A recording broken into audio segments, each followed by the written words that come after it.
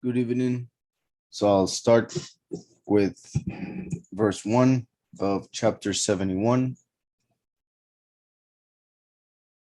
And it says, the scroll of the revolutions of the luminaries of heaven, the interrelations between them according to their respective classes, their respective range, and their respective season, each according to their respective names and the places where they emerge, and their respective months, which Uriel, the envoy of the set apart one who was with me and who is their guide, showed me and disclosed all their laws exactly how they are and how all the years of the world are observed for the age until the new creation shall be completed, which shall last forever. So here it is interesting that it mentions the malach or angel Uriel as the one giving him the vision and the understanding of the luminaries. For as you guys know, Uriel means my light is the mighty one. Or is light. The yud, which would be the eye right there, is of, well, it would mean my. So my light is the mighty one, which is here the title El. So Uriel is my light, is the mighty one. So it is fitting that he would be the malach, giving understanding regarding the luminaries or the lights that the Almighty created for us to follow or keep the times, keep the calendar. I'll continue. As I was saying, Uriel is the one that has to do with the lights. It is in his name. That's why he received that name. And that is why he's the one showing everything to Hanoch. So this pretty much is like a different scroll having to do with luminaries. Once again, the scroll of the revolutions of the luminaries of heaven, the interrelation between them according to their respective classes, their respective range, and their respective season, each according to their respective names and the place where they emerge in their respective months, which Uriel, the envoy, Malach of the set apart one, who was with me and who is their guide, showed me and disclosed all their laws exactly how they are and how all the years of the world are observed for the age until the new creation, in which, as Isaiah says, we'll have a new earth and a new heavens, until the new creation shall be completed, which shall last for eternity. So here we go. This is the first law of the luminaries. The luminary of the Shemesh. Shemesh, which is what the world calls the sun, Hebrew Shemesh. It is an interesting word. I'm going to take this moment to show this. The word Shemesh is written with a shin, mem, shin, as you see right there. Or here. So I find it interesting because, as you guys know, the esh, esh is fire in Hebrew, esh, and that is what the letter shin represents. Esh in Hebrew would be the aleph shin that makes fire. So as we also know, the mem represents a fountain. In fact, that is why it has this hole right here, which represents water coming out of it. So the mem represents water, a fountain of water. That's why also we could say is the first letter of the title Mashiach, Mashiach, who happens to be the water of life. It has the numerical value 40, which is the time that Mashiach was in the desert being tempted by Satan. And then the 40 jubilees that there would be between the first and the second coming, which are 2,000 years, 40 jubilees. And also the 40 years, of course, of Israel in the desert.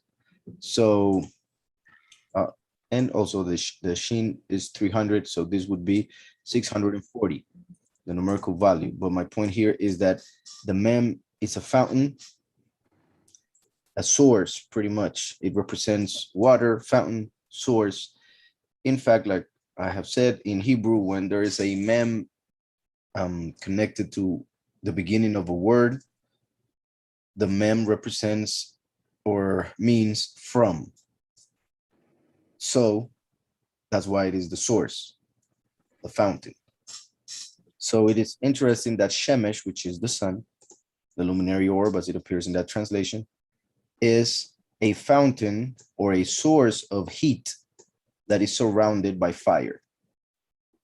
So Shin Mem Shin is pretty much a source of heat and energy and a bunch of other things surrounded by fire. So I find it very nice how it is written in Hebrew and how you can pretty much see what it is by knowing what the letters are, what they represent.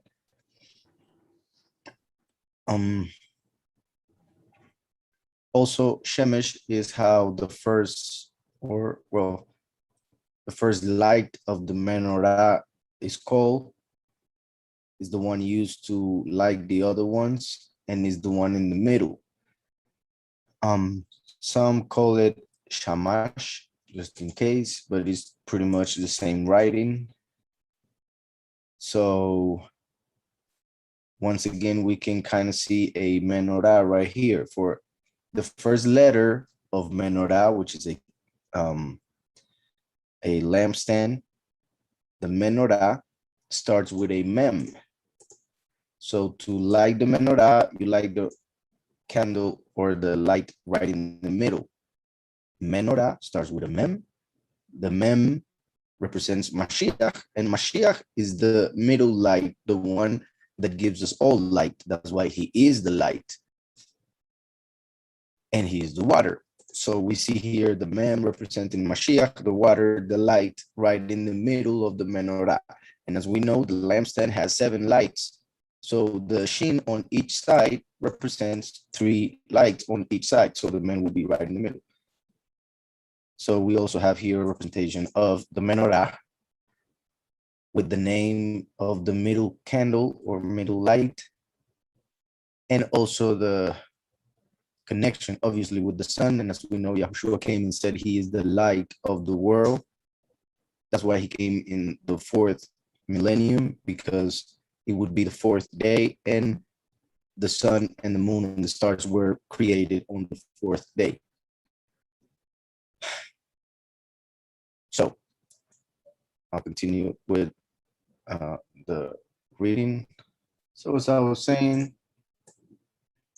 this is the first law of the luminaries, the luminary of the Shemesh, which has its emergence in the eastern gates of the sky and its setting in the western gates of the sky.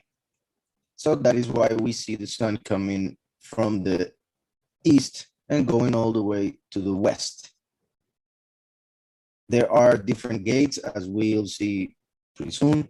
There are 6 gates through which the sun goes. And that is why, if you have paid attention in the past, and if not, go ahead and do so from now on.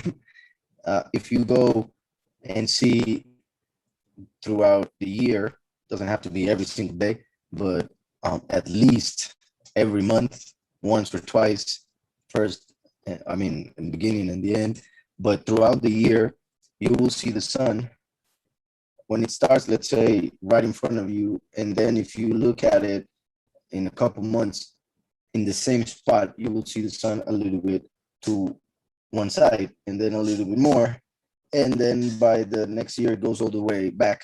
In fact, as I was saying, and we'll see it right now with some images, the 4th gate, which there are 5th and 6th, the 3rd, the 2nd, and the 1st. So that's why you will see throughout the year how it goes like this, and then it will appear here, and then it will get to the middle once again when the year starts.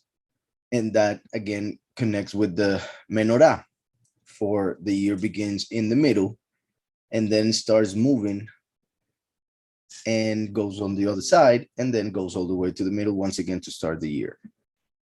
So this is the first law of the luminaries, the luminary of the Shemesh, which has its emergence in the eastern gates of the sky and its setting in the western gates of the sky.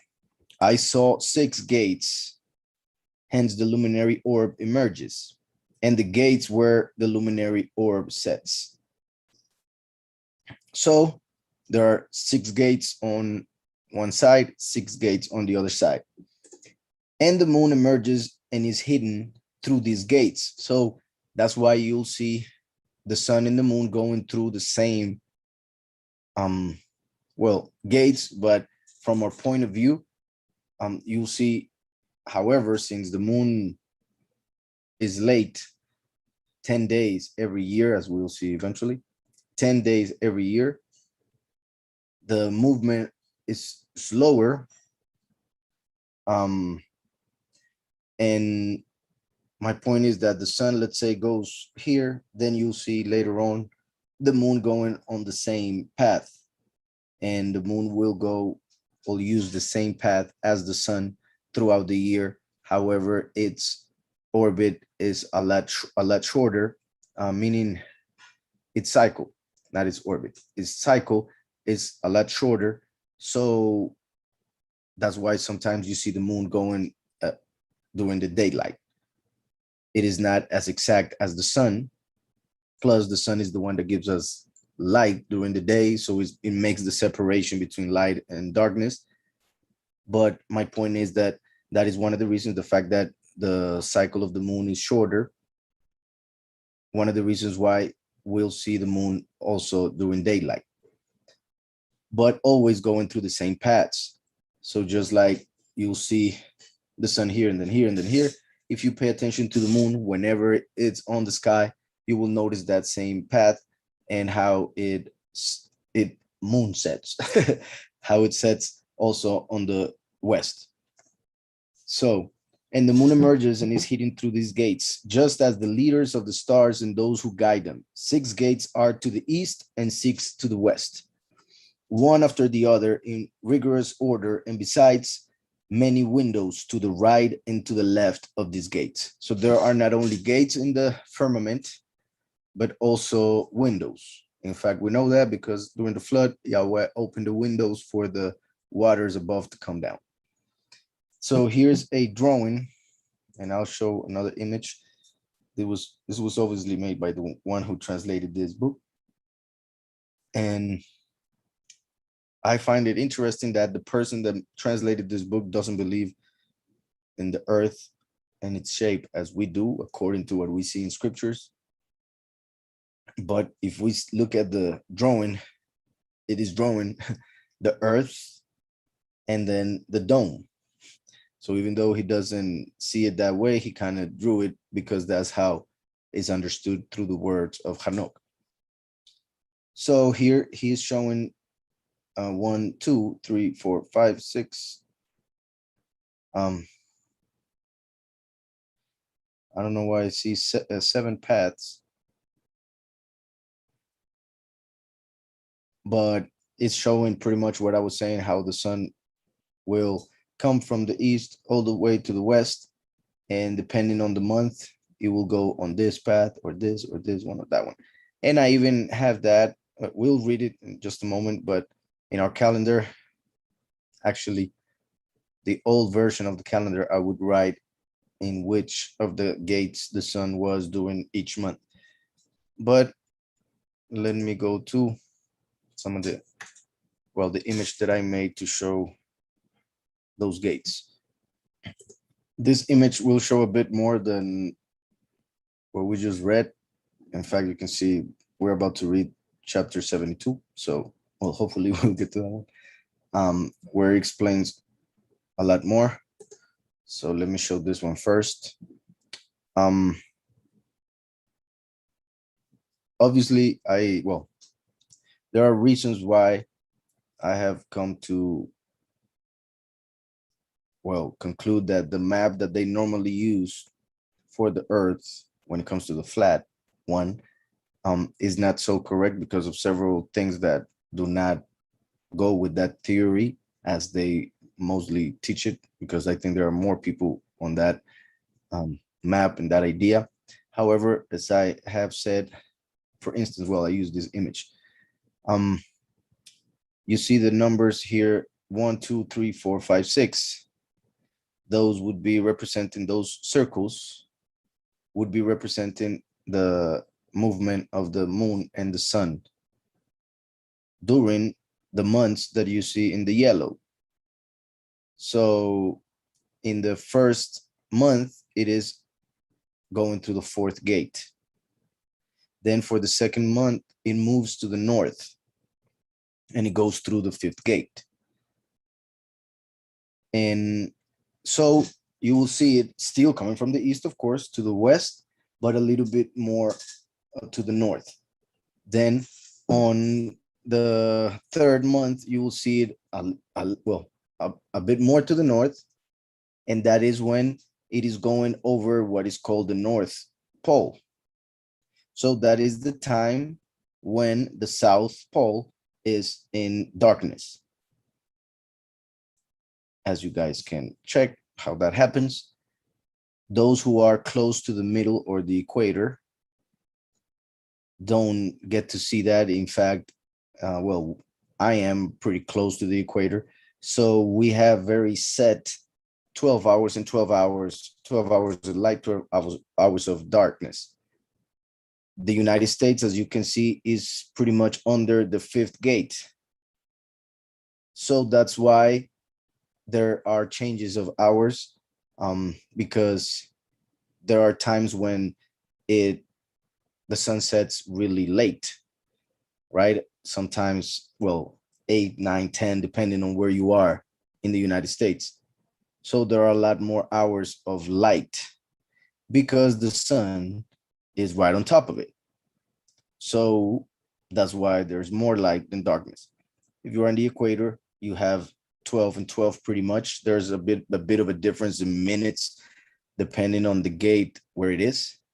But if you are obviously to the north or to the south, when it is the third and the fourth month, the south will have a lot of darkness, longer darkness, depending on what part of the south you are. And during the month, the ninth month and the 10th month, it would be the opposite. The north will be in darkness.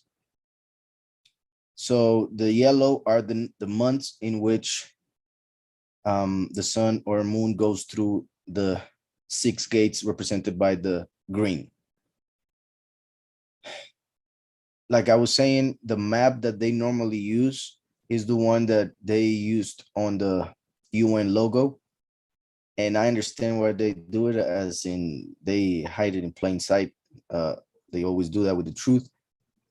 So they are showing that it is flat. However, the way they put the map makes it a bit difficult or impossible for certain things to happen in the world. For instance, the fact that the stars go, as you are seeing here, other than the yellow, green numbers, we also have arrows here indicating on which direction it goes, the sun and the moon, right? So when the moon or the sun goes to the south, as I have also showed to the congregation through the program, the software called Stellarium, which I might end up using, but I would have to install it. So maybe next study, or you give me time to install it to show it also in movement. But you can see how it starts doing circles. On the first month, circles around the north, and then starting with the 7th month, circles around the south. But as you can see, during the first month till the 6th month, it does circles just like the clock. But then from the 7th through the 12th, it does circles counterclockwise. And that is what you see in the stars, and that is what you see in the water. That's why in the south, the water, when you flush, the water goes to the other side, right? As they also showed in The Simpsons and all of that. In fact, I saw one video that they made right in the equator, and it was amazing. I wish I had it. Maybe I can look for it for next time. But it was amazing because right in the equator, they even drew some things so that people can go and see that happening in real time. A person recorded it. They showed the equator. They drew a line. On one side, they throw water and they show how it goes. Then on the other side, and it's so close like that. On the other side, they do it and it goes to the other side. And in the middle, they put water and it just goes in like that, straight. It doesn't go like that or like that. It just goes in, boom, right in the middle of the equator. So it's very amazing. If you guys can find it, let me know. If not, I'll look for it. Hopefully, I'll remember. So this would be the equator, of course, right? The red line right here. So because of these movements and all of that is that I use this map, which is not exactly the one that, I mean, it obviously, I know it looks like a globe, but that's not the point. The point is to see it as a flat surface. It just happens to be similar to the one they normally use in schools and all of that, which seems to be closer to reality than the one that is normally used when it comes to flat Earth, because they use the middle as the north and the circumference as the south. So that just that goes against the fact that Yahweh made 4 corners of the earth. That would be center and circumference for north and south. However, here we have the north as the eagle. You see the circle right in the middle of a square. Yahweh, it is written, is sitting over the circle of the earth. It doesn't say the globe or the sphere.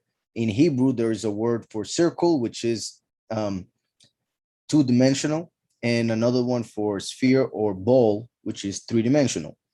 So it says circle, over the circle of the earth. And he placed a malach on each of the 4 corners of the earth. And the malachim are represented by the cherubim that we see in Ezekiel and in Revelation. And they had the face of an eagle, and that is the north. The ox, that is the west. The man, that is the south. And the lion, that is the east. That's why the lion of Yehudah came from the east. And the son of Ephraim, which is represented by the ox, as we see in Deuteronomy 33, comes from the west. East and west, the descendant of Yehudah and the descendant of Yahusef.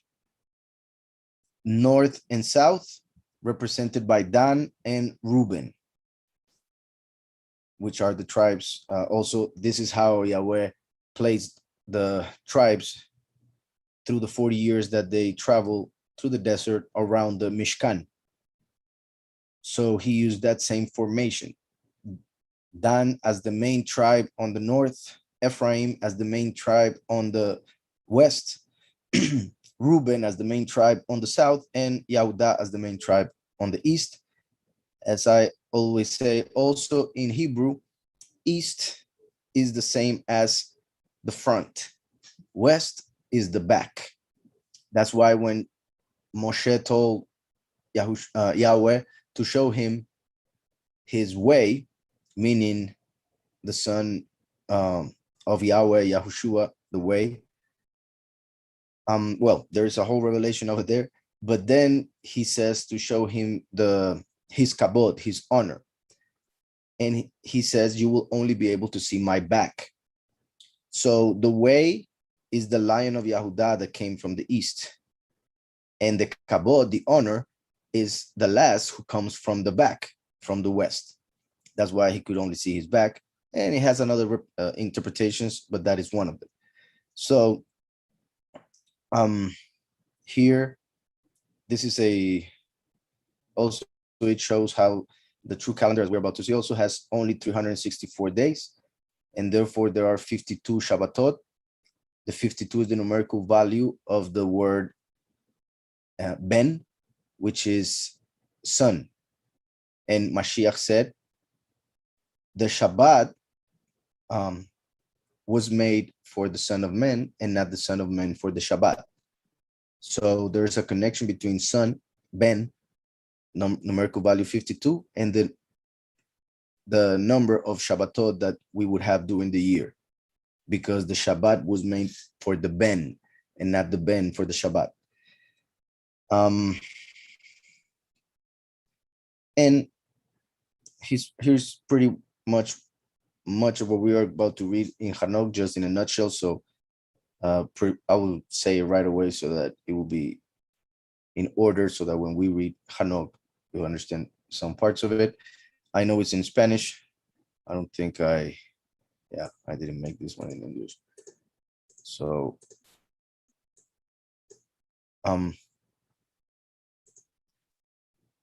here we have spring on the left, spring, which happens during the equinox, the spring equinox, of course, it begins there. And there are 3 months of 30 days, plus 1 day to change the season from spring to summer. So during those 3 months of 30 days, obviously we have 90 days plus the 1 to change the season, that is 91 days. So 91 days times 4 for each season gives us 364 days. There are 13 Shabbatot per season. The number 13 is the numerical value of the word Echad and the word love, Ahava. Yahweh Echad, Yahweh is one. And the Shabbat is the day of Yahweh. So that's why 13 Shabbatot, representing the oneness of Yahweh.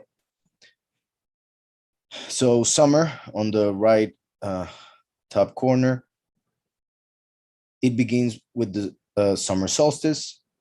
It lasts the same 3 months of 30 days from the 4th month to the 6th month. And it has 1 day of to change the season. So it's the same as the spring. Then we have the same thing with fall or autumn. And the same, well, and it happens during the equinox. The other equinox, of course. This one is around, the one for spring is around March, which is the beginning of the year, the true calendar. And autumn happens, that equinox happens during September. Then we have winter, and the same thing. The winter solstice is what people celebrate as the birth of the sun because of what happens there. They think they're celebrating the birth of Messiah, but they're celebrating a pagan festivity, the winter solstice, which happens during December, of course, right? Christmas. The summer solstice happens around June, the 21st of June. So this is pretty much the same minus the creatures and other information, but there you can see north, west, south, and east. And this one, I think we'll see it in a moment, which we kind of already saw in a different image. But yeah, another thing that they mention when they teach us of a globe, and remember this that you're seeing right now, even though it gives the idea of a globe because that's what we were taught, see it as the flat surface that you have right in front of you as the screen. The blue would be obviously the water, and then the white would be frozen ice, the wall that surrounds us. And here the green circle is connected to the constellation of Capricorn, and the yellow is connected to the constellation of Cancer. So that's why they give those names to each of those circles, just like right in the middle we have the equator. When it goes to the north, to the gates of the north, it is around the constellation of Cancer. And then when it goes to the south, it is the Capricorn constellation, the Tropic of Capricorn. So we'll send the video, so let me share it. So there we see how let me see if I can go full screen, if it works. There you can see the flower, right? How it's moving. And then they're going to show it on the other one, on the other side of the equator. I'm not sure if you guys are seeing right now because I went full screen, but let me take it back. It's kind of slow. So right there, you see the yellow line, that's the equator. They're going to the other side, and you see how close they are, right? They're just a few feet away from the other place where they put the water.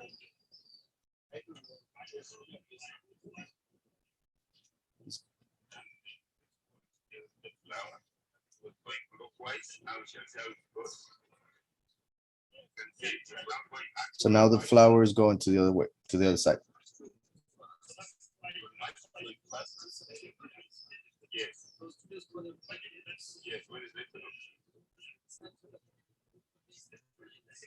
And well, you guys have the link in case you want to listen, because I'm not sure if it was very low, plus me speaking made it worse.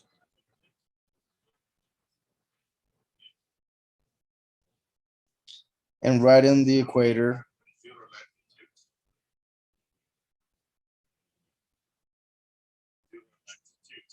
look at the difference. Water just goes straight down in the equator. Come in the waters.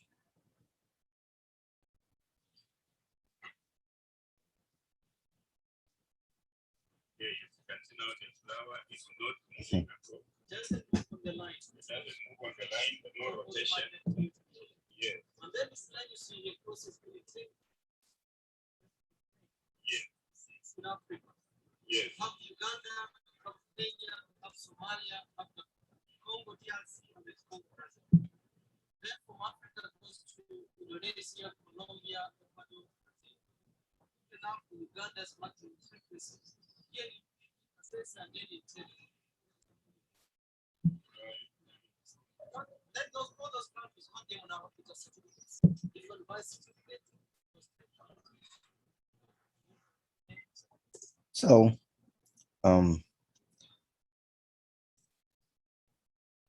so there's clockwise. On the other side, counterclockwise. And then right in the middle is go straight. And look how fast it's moving, because the other one,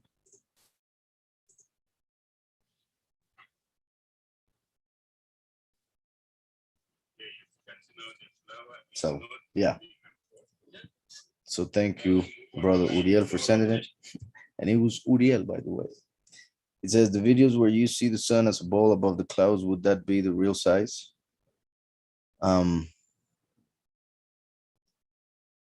Yeah, I mean, I'm not sure. Well, I would have to see the videos, but I think I've seen a couple, and yeah, I mean, it's a lot smaller than they have told us, because if it were so far away as they say, it would have to be a lot way bigger. But since it is way closer, it is not as big as they tell us. And the moon and the sun are the same size, as we will read also in Hanoch. So let's go back to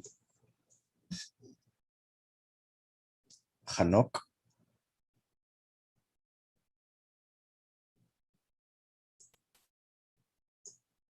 And it says, verse 4, and the moon emerges and is heading through these gates, just as the leaders of the stars and those who guide them. 6 gates are to the east, 6 to the west, one after the other in rigorous order, and besides many windows to the right and to the left of these gates.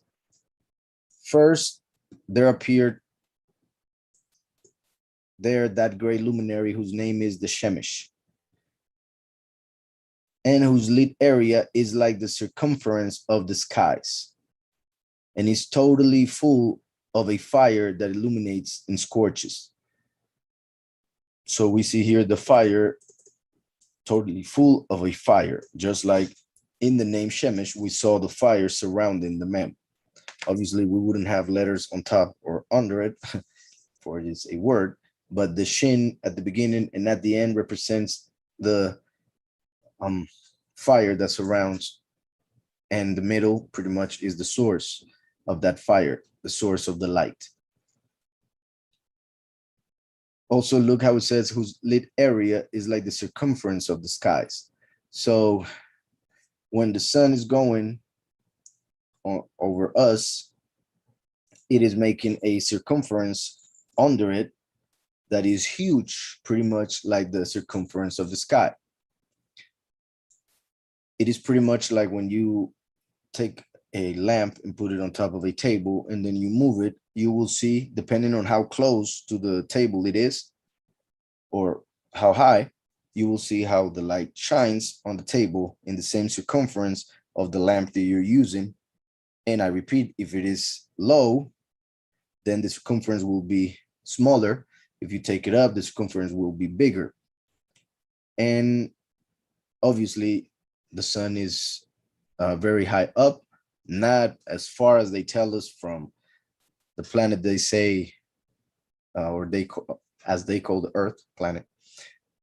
Instead, it is like this, going around.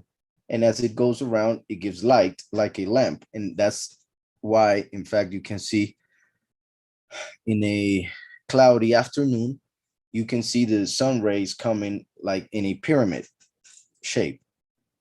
The fact that we can see sunlight going, or the sun rays going to one side and then to the other with the help of the clouds as they go through it, that is a sign, a clear sign that the sun is a lot closer than they tell us. Because if it were as far as they say, if the sun happened to be as far away as they say, all the light rays would be coming to the earth straight. There will be no difference.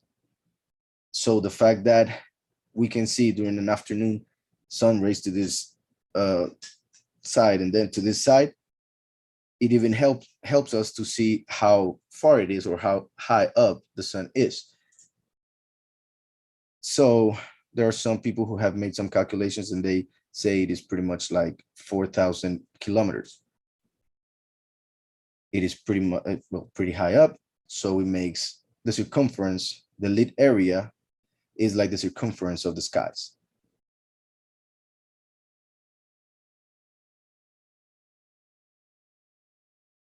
I think I have an image to show that I was just mentioning. Here it is. Look at the light, how it enters through the clouds. That difference of the trajectory of the sun rays, which I repeat is pretty much like a pyramid, shows that the sun is a lot way closer than they tell us.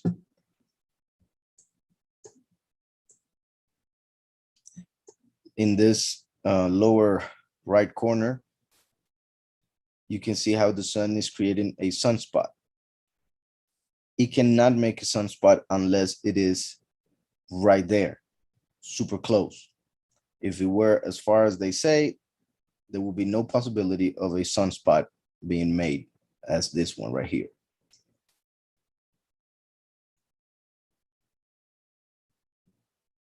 So, and well, I'll read this regarding these other two images from the left. It says, what does this and this have in common? Nothing. The railways are parallel and the sun rays do spread from wherever you stand. Ether on land. Oh, well, I guess it's either. I thought he was talking about the ether. Either on land or in the sky, globalists would tell you they are both parallel and they will look converge when you stand in the middle of them, because if the sun rays were parallel, their light would be in the red points as showed in the top images. Right, so the sun rays should be on this red circles if they were parallel, but the fact that they are entering with an angle shows that the sun is pretty close, a lot closer than we're told. So verse 7, by the vehicle in which it ascends, the wind blows, and the luminary orb, the sun, sets in the sky and returning, crossing beyond the north. Look at this. This is very important. And the luminary orb sets in the sky and returning, crossing beyond the north to proceed towards the east, is led so as to enter by the gate and illuminate the face of the sky. So they have a comment here. Since some translations translate this term as through, and the orb is not observed to cross through the north to get back to the east, the every term here, which can mean beyond and through, is from 5676. So he's making this change in the word because he has already an image of how the earth should be. So he sees that verse as being wrong. But even if you write the term beyond, still says that it goes north, right? Let me look at the other translation here. That's verse 8. Here it is. Verse 5, yeah. The chariot on which it ascends is driven by the blowing wind. The sun sets in the sky in the west and returns by the northeast in order to go to the east. So once again, they did the same, but with another word. It is guided so that it shall reach the eastern gate and shine in the face of the sky. If we go to the image that I showed earlier, here's in Spanish, but well, I just read it. So I will translate this from the Spanish translation of the Book of Enoch. It says the wind takes the vehicle in which it ascends, and the sun hides and returns through the north, to go back to the east, and it is driven so that it may enter the gate and shine on the face of the sky. So it clearly says, but both of the translators that we just saw made a little change in the writing because it didn't make sense with the idea that they have of the earth. But when we look at it like this, for instance, here it would be speaking about the first 6 months because it makes sense to begin with the first month of the year. So that's why it says it will go through this, which is the fourth gate, and goes to from the east to the west, covering all this land, but then it goes north to once again reach the east and go around again. These circles are so huge that this line right here pretty much seems, or they have pretty much taught us that is pretty much straight. But I repeat, the circles are so huge that from our perspective, and the sun is so high up and all of that, that it seems that it's just going straight, but it is actually making a circle because it goes north to go back to the east and then go west. This that we see here is what is called a analemma. Analemma. If you take a picture of the sun at the same hour for a whole year, you will see that it makes an 8 in the sky. As you can see right there, the smaller 8, the smaller circle of the 8 would be when the sun is farther from you. So let's say this image was taken from the south of the earth, and for the higher and smaller circle of the 8 would be when the sun is in the north. But when it comes to the south, you get to see a bigger circle because it is closer. I hope that's understood. That's how this analemma happened, pretty much by taking an image, a picture on the same hour throughout the whole year, and then putting all the images together, showing where the sun was at that time. It creates an 8 because throughout the year, the sun will complete the year by going through the 6 gates, 3 on the north, 3 on the south. So going back to Hanoch.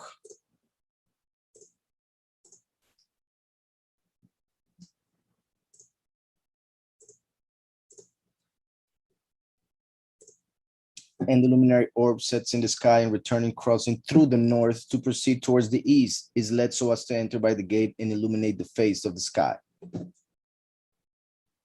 Here, for instance, another comment, and I will read it just to show that the view of this person is the same as the world, yet he's trying to explain why there are differences in the way Hanoch explains the earth. And he just claims that it is because it is saying it from the human perspective. So it says, some may scoff and say the luminary orb does not go around the earth, saying the earth orbits the luminary orb. Remember that in space, motion is relative, and through it is thus.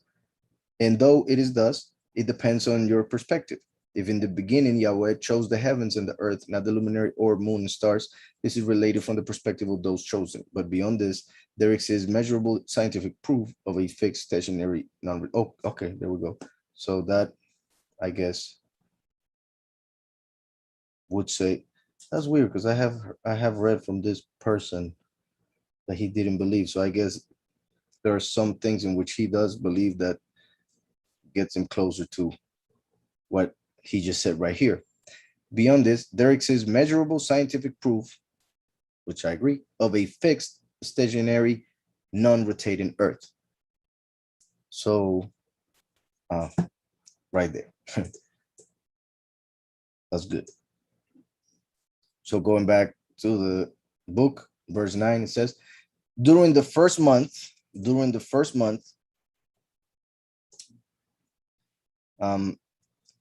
maybe this was the part where we defer in the doctrine, because look how in this comment it says the first lunar month, because his calendar is lunar.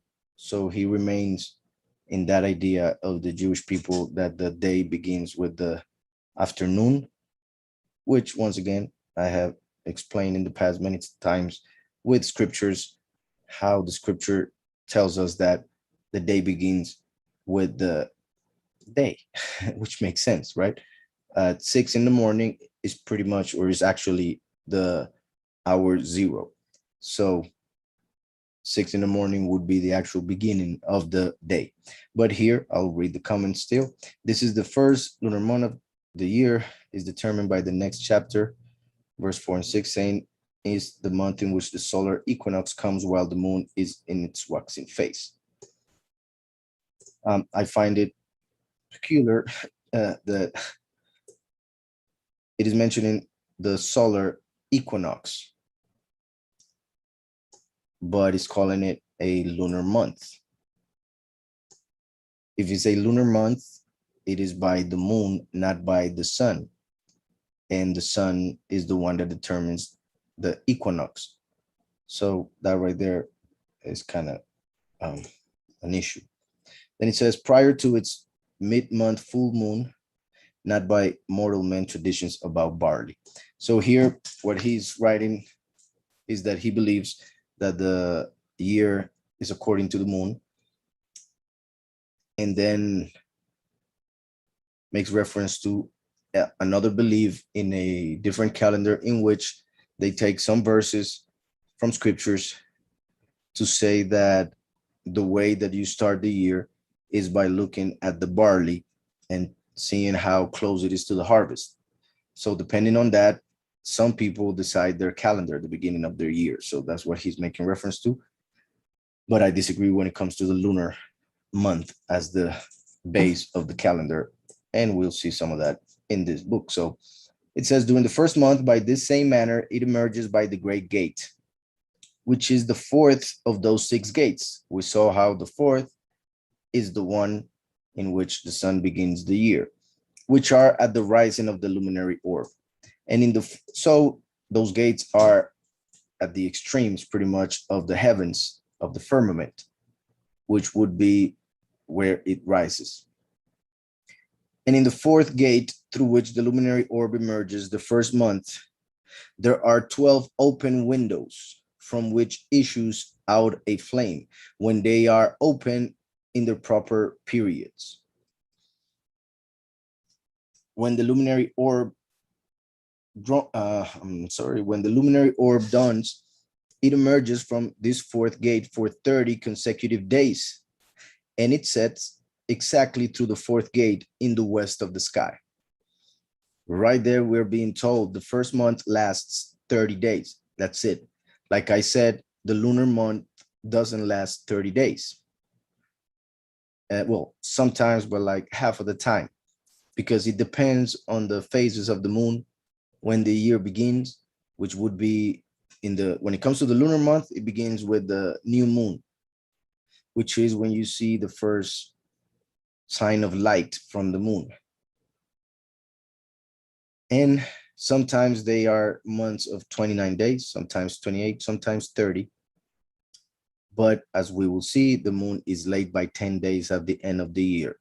We see right here, the first month has 30 days. In the supposed globe, the analemma should be like a spiral, right?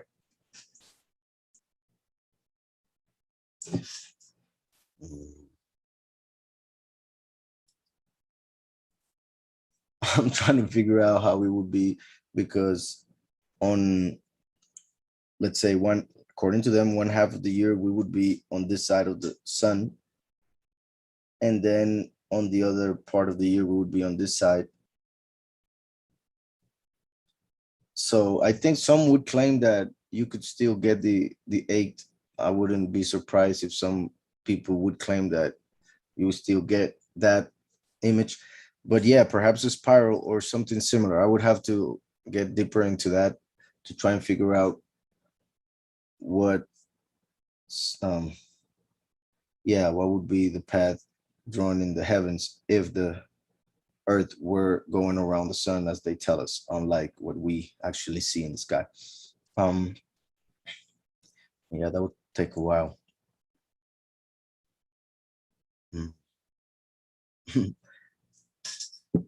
Exactly, no, that would be nice. And perhaps there's one already made. We'll have to look for it. If not, perhaps somebody could make it, one of us. But yeah, it would be an interesting thing to do. So I'll continue. It says, when the luminary orb dawns, it emerges from this fourth gate for 30 consecutive days, and it sets exactly through the fourth gate in the west of the sky. Then it says, during that period, each day is lengthened than the day before, and each night curtailed than the night before, or shorter than the night before.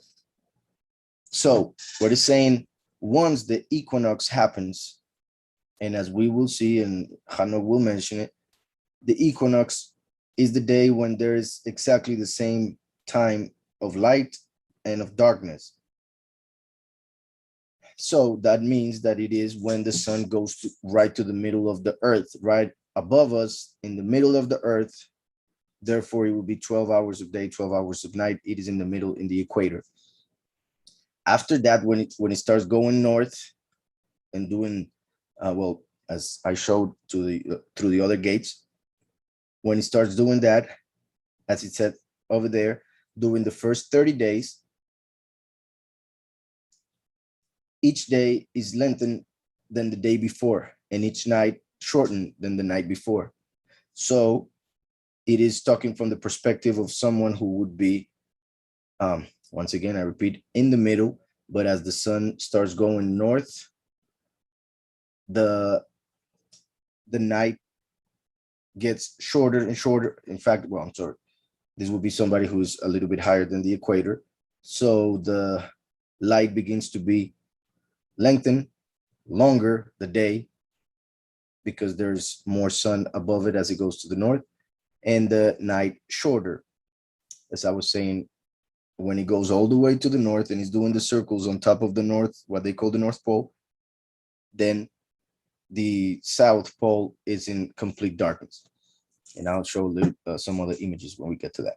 So during that period, each day is lengthened than the day before, and each night shortened than the night before. And at that moment, the day has lengthened by a 9th part at the expense of the night. So it takes time from the night. And that is why the sun sets later, as it happens in the United States.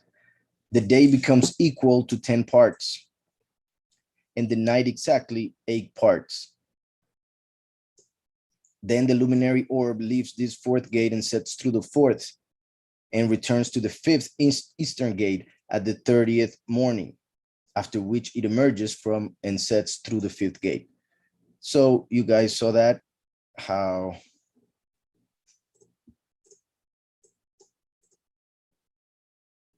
second we go, how during the first month, as you see in the yellow on the top right corner, is on the fourth gate. And then when it comes to the second month, right under it, it goes through the fifth gate. When it goes to the third month, it goes to the sixth gate. It remains there for the fourth month, and then it goes back to the fifth for the fifth month, and then to the fourth gate for the sixth month, and it starts going south. So I hope you get that image for when I read the book, because that's what it's explaining right now, how it changes those gates through the months, each month in a different gate. And since there are 6 gates in 12 months, that means that throughout the year, it repeats a gate. So 2 months per gate. So then the luminary orb leaves this fourth gate and sets through the fourth and returns to the fifth eastern gate at the 30th morning, after which it emerges from and sets through the fifth gate.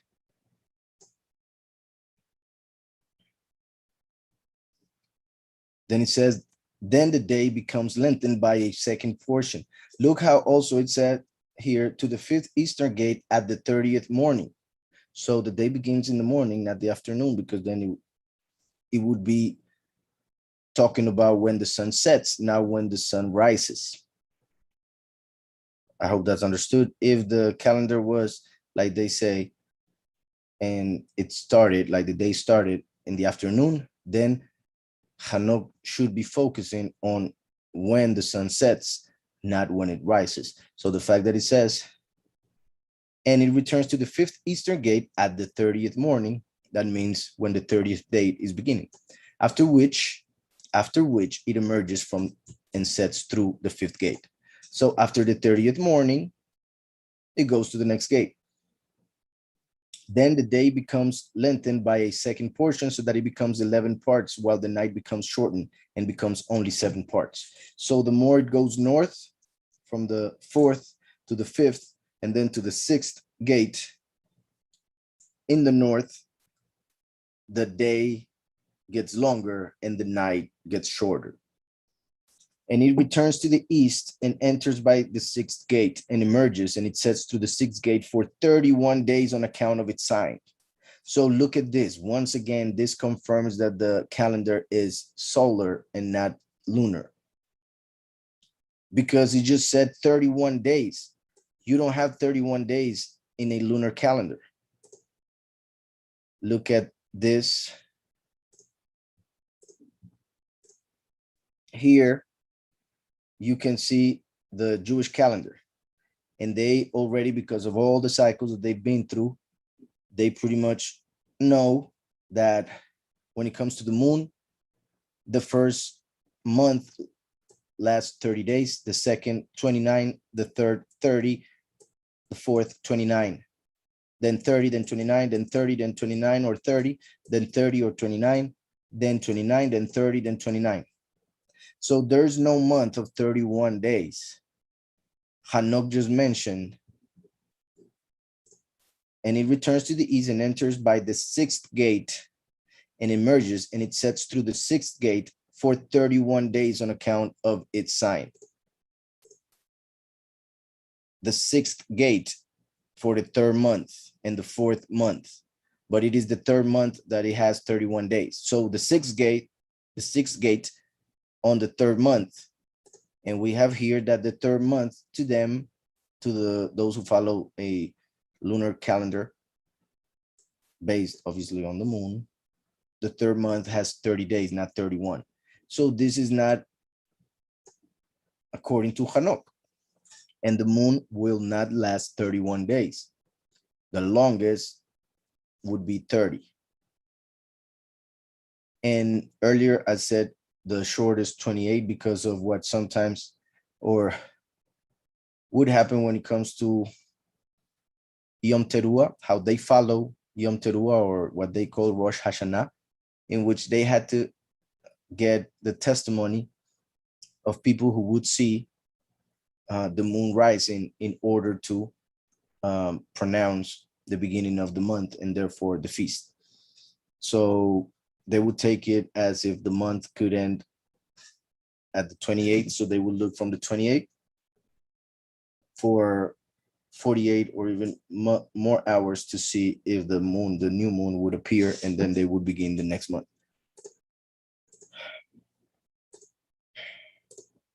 So going back to Hanoch. And he returns to the east and enters by the sixth gate and emerges, and it sets through the sixth gate for 31 days on account of its sign. At that moment, the day is longer than the night. The day becomes twice as long as the night, and it becomes equal to 12 parts. So the day becomes twice as long as the night. So we have 24 hours. That would be, it is talking from a place where during the third month, during the third month, there are 16 hours of light and 8 hours of night, of darkness. So that's why 16 is twice as much as 8. So 16 hours of day, 8 hours of night. Yeah, that would be a place that where the sun sets at 8. I mean, no, I had it, I just forgot it. So at 10. So a place where the sun sets at 10 p.m. pretty much. So it goes from 10 p.m. till 6 a.m. Night, darkness. Then it says, but the night is shortened and becomes equal to 6 parts. Then the luminary orb rises up to shorten the day and to lengthen the night. So after that, now the night begins to get longer and the day begins to get shorter. Why? Because the sun now is going back to the 4th gate. So it went up, well, not up, it went north, then starts going south, always from east to west, but that line from east to west moves to the north and then moves to the south. And the more it goes to the north, those who are in the north experience longer days. But as the sun goes back to the south or the equator, the days start to get shorter. So the luminary orb returns to the east to enter through the 6th gate and emerges through it and to set during 30 mornings. 30 mornings. Here in the lunar calendar, the Jewish calendar, they say it lasts 29. So once again, another difference, and it will continue. I won't mention it all the time. So the luminary orb returns to the east and enters through the 6th gate and emerges through it and to set during 30 mornings.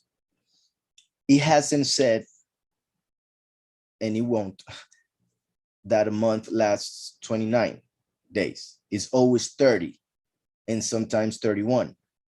Those times are when the seasons are changing from spring to summer, summer to autumn, and autumn to winter. So when the 30 mornings have passed, the luminary orb has diminished the day by precisely 1 part so that it becomes equal to 11 parts and the night to 7.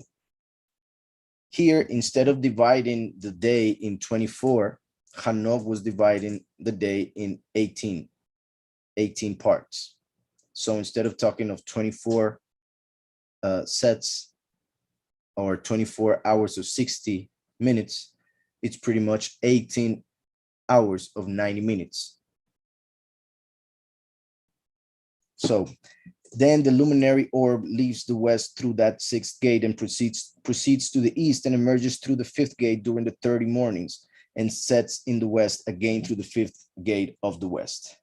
At that moment, the day diminishes by another part and becomes equal to 10 parts, and the night to 8. Then the luminary orb leaves from the 5th gate and sets through the 5th gate on the west and rises through the 4th gate for 31 mornings. 31 mornings again. So we see 30, 30, 31, 30, 30, 31. On account of its sign, and it sets in the west. So this would be the 6th month when we have 31, because it will enter the time of fall, autumn. At that moment, the day is the same length as the night and becomes equal to it. The night has 9 parts and the day 9 parts. So 12 hours and 12 hours, day and night, because it reached the equator once again. So during the first 6 months, the sun goes north and then goes back to the equator. And that is why the time, depending on where you are, of course, on the earth, the time of light and time of darkness changes according to where the sun is rising and setting, on the 4th, the 5th, or the 6th gate. So the line from the east to the west moves north, and then it goes back south to the equator. Then the luminary orb leaves that gate and sets in the west, and returning to the east emerges through the 3rd gate for 30 mornings, and it sets in the west through the 3rd gate.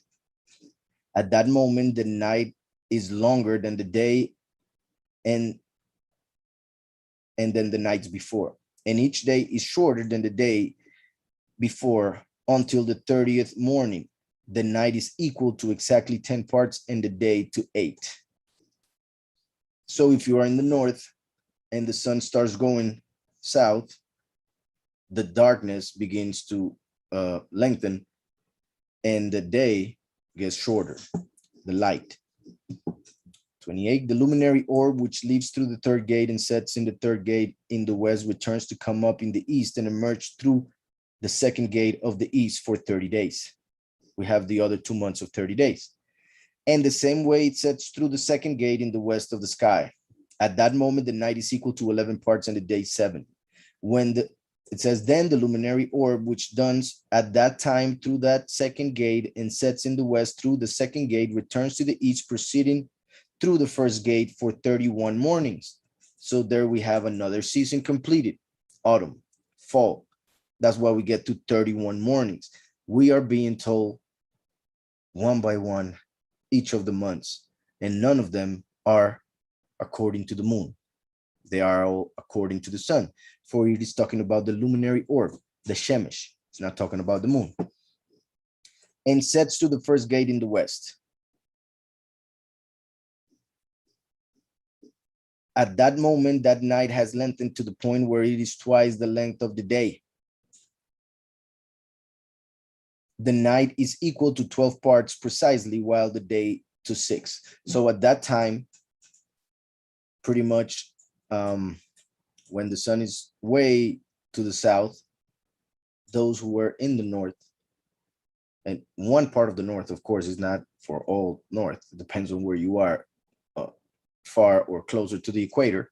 But where Hanoch was, it says that during that month, which is already in the winter, beginning winter, the night would last 12 parts while the day is 6. So it is once again, well, similar to what we were talking about from 6 in the morning till 10, but now it would be, for instance, 6 in the morning till noon. And then it would get dark. Well, no, I said 6 hours. So I'm mistaken because of the fact that it is taking 18 parts. So it would be 8 hours, around 2 in the afternoon would be getting dark, according to the place where Hanoch was. So the night would be a lot longer. The luminary orb that has completed this section of its orbits returns again over them and enters through that first of its gates for 30 mornings and sets in the west through the opposite one. At that moment, the night diminishes in its length 1 part, and the night becomes equal to 11 parts and the day to 7. So it's going back to the equator. Then the luminary orb returns and enters through the second gate of the east. And it returns by this section of its orbit for 30 mornings, rising and setting. At that moment, the duration of the night, it decreases and it becomes equal to 10 parts and the day to 8. Then the luminary orb leaves from the second gate and sets in the west and returns to the east and emerges through the third gate for 31 mornings and sets in the west of the sky. At that moment, the night has become shortened and it becomes equal to 9 parts and the day becomes equal to 9 parts. The night is equal with the day. The year has precisely 364 days. There it is. A lunar year will never have 364 days. It will have 355, sometimes 354. So the calendar cannot be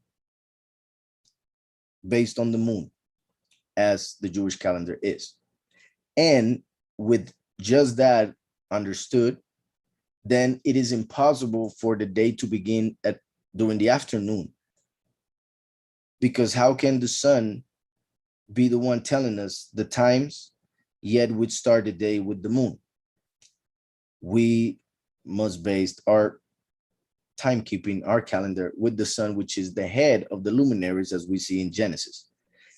And in fact, it says here, Jubilee 6:32, where it says the same, that the calendar is 364 days. And we see it also in the scriptures. I mean, not only in the book of Hanoch or Jubilees, in the what they call the Bible, we find that there are 364-day years.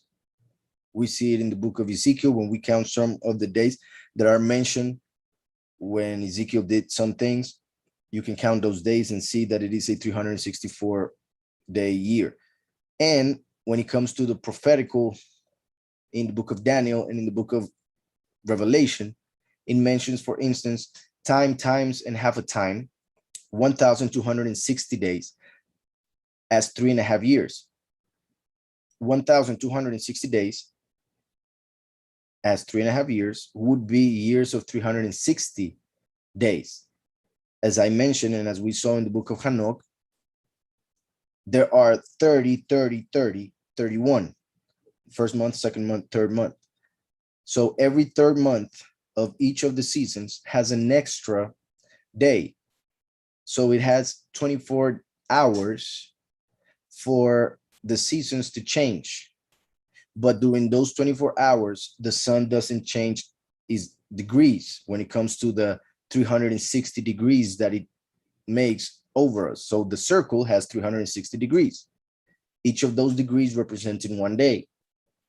During the time of the change of season, the sun doesn't change degrees.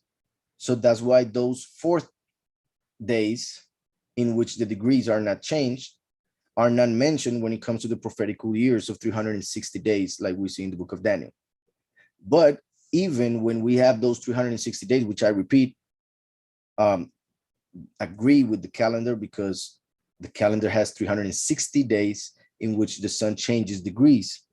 But between the first 3 months and the second 3 months, and then the second 3 months and the third set of 3 months, there is one period of 24 hours to change the season, not the degrees, the 360 degrees of a circle, which the sun makes over us during the 364 days. I hope that's clear. My point is, we see it in scriptures. That's why all over the book of Daniel and the book of Revelation, it is spoken of a year of 360. And once again, the lunar calendar never reaches 360 days. The closer it gets is 5 days earlier. So the lengthening of the day and night and the contraction of the day and night are indicated by the path of the luminary orb. So depending on the gate in which it is, of the 6 gates, that's what determines the length of the day and the length of the night, depending on where you are, of course, on the land or the sea. So this is the law of the path of the luminary orb and its return, according to which it returns and emerges 60 times. According to which it returns and emerges 60 times.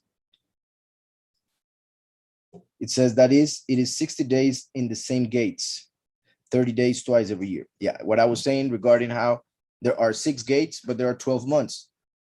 So the sun goes through each of the gates twice every year, meaning 60 days or 60 times, which is interesting because, as you guys know, the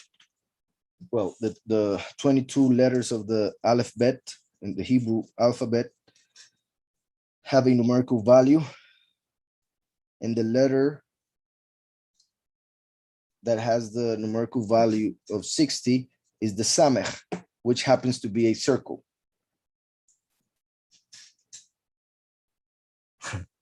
And here it doesn't look that much like a circle because it has a little bit of style, but when it comes to the script, it's just a circle. Let me show it here. Go to the translator. And here we go. The Samech is right here. So look at that. The Samech is a circle. Its value is 60. So 60 times does the sun make a circle on each of the gates or through each of the gates of the 6 gates. And as we obviously, there are 6 gates and 60 is 6 times 10. As we know, creation was made in 6 days through 10 sayings. So Yahweh, through 10 sayings, made in 6 days the circle of the earth and everything within it, and then told the sun to make 60 circles on each of the gates that he made in the firmament. Hope that's clear. So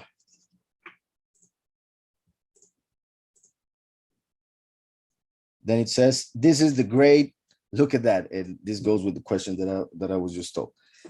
This is the great Halel. This is the great Halel that he names the luminary orb forever and ever. So it says Yahweh named the Shemesh, the luminary Halel. And Halel is the name given in Yeshayahu 14:12 to Lucifer. I got a question here. It says, Koresh, you have said that the sun represents Satan by falling every day, allowing darkness to show. You think there is something about the north and south that can be connected to the north, many, and the southern few? Of the kingdoms of Israel. So yeah, the north were the 10 tribes, the south were the 2 tribes and a half. So let me see if I understand the question. Well, that part we see it right here. Halel is the name in Hebrew for what people call Lucifer. We will read these verses in just a second. And that is why the sun sets every night, every afternoon, because Satan will fall at the end of history. And then Yahweh will make a sun that will never set. And that sun is the son of righteousness, Yahweh Sikenu, and well, son of righteousness that we see in Malachi. Now, regarding the other part of the question, you think there is something about the north and south that can be connected to the 2 parts of the kingdom?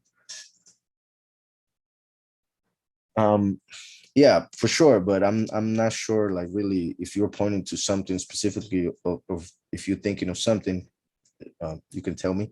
But yeah, it is obviously connected, as they are called the kingdom of the north and the kingdom of the south, the north being the many, the south representing the few.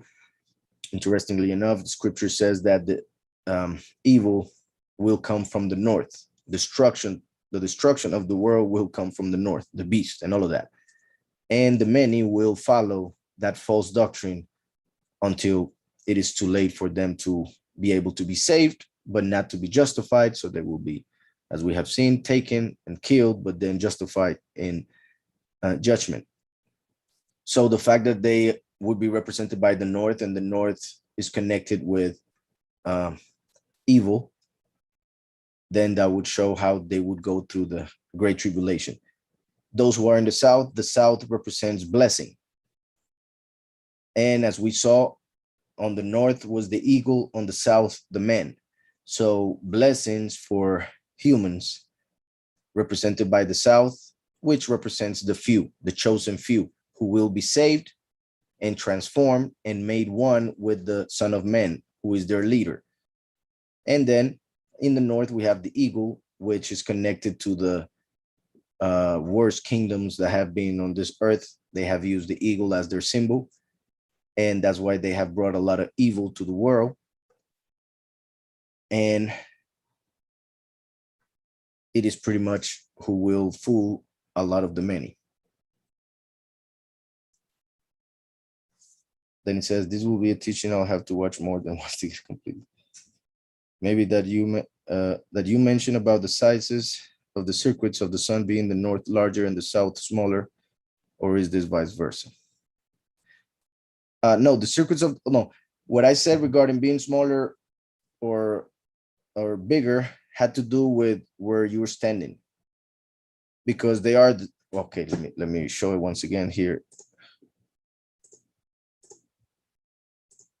So you see, like in the north, we have 3 gates that would make 3 different sizes of circles. In the south, we have 3 gates that would make the same size of circles, 3 circles. So 3 on the north, 3 on the south. That can be compared in size, but depending on where you are is how you see the Analemma making a smaller circle on the top and a bigger circle on the bottom when it comes to the egg that it creates. So that's what I was referring to. I'm not sure if I understood that part that you mentioned, but it says circles of the sun being the north larger than the south smaller, or is this vice versa? Yeah, I don't know if with this that I just explained helps, hopefully. Then it says, is there less land and population on the south? Yep. Yeah. And even not only on the south, but also on the west, because well, they make North America a little bit bigger than what it is, and they make Africa a lot smaller than what it really is. So like I have said, do not take this map as if it was perfect, because the land they show us is different. They made the north as being up and bigger than it is, so that people get the idea or illusion that the United States is stronger. But Africa is a lot way bigger than what they make it to be. And in Hebrew, one of the names that they give to the west is Yam, which is sea, because there is more sea, more water on the west than on the east. So when they say go west, they say go to the sea. And we have sea here and sea here. And both of these oceans are on the west. And if you look at the equator, there's not much land. It is very thin, the middle of the, or Central America, right?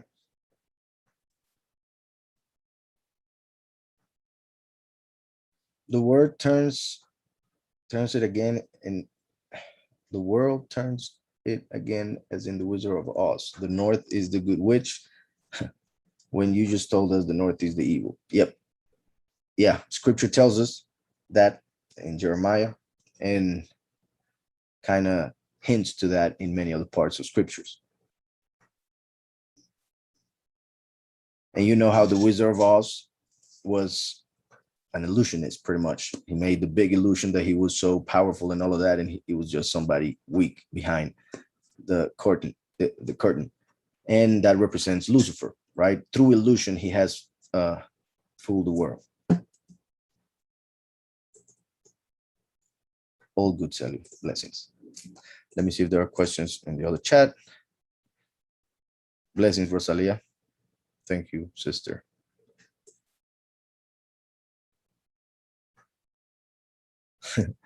Thank you, Metis.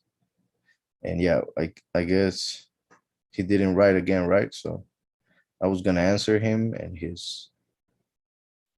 what he was saying, which was wrong, but who knows what he was told and by whom. So it's all good. You know, we were talking last week about how these things would begin to happen, right? So it is like a confirmation, like write the next study. There you go. It's all good. You guys know I don't tell you to call me anything, right? I don't tell you to call me anything at all. I mean, and even those like who are well in the Spanish ministry, I mean, we are. It's just there are some of the brethren who call me that way as a way of respect, and because I have explained that verse. As long as I teach of Mashiach, the true Mashiach, as the only way, then I'm leading to the one who teaches us all, the Ruach HaKodesh, right? So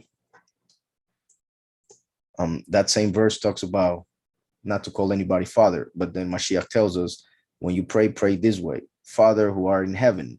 So if there's a father in heaven, there's a father on earth. So it is not a sin to call your father on earth father.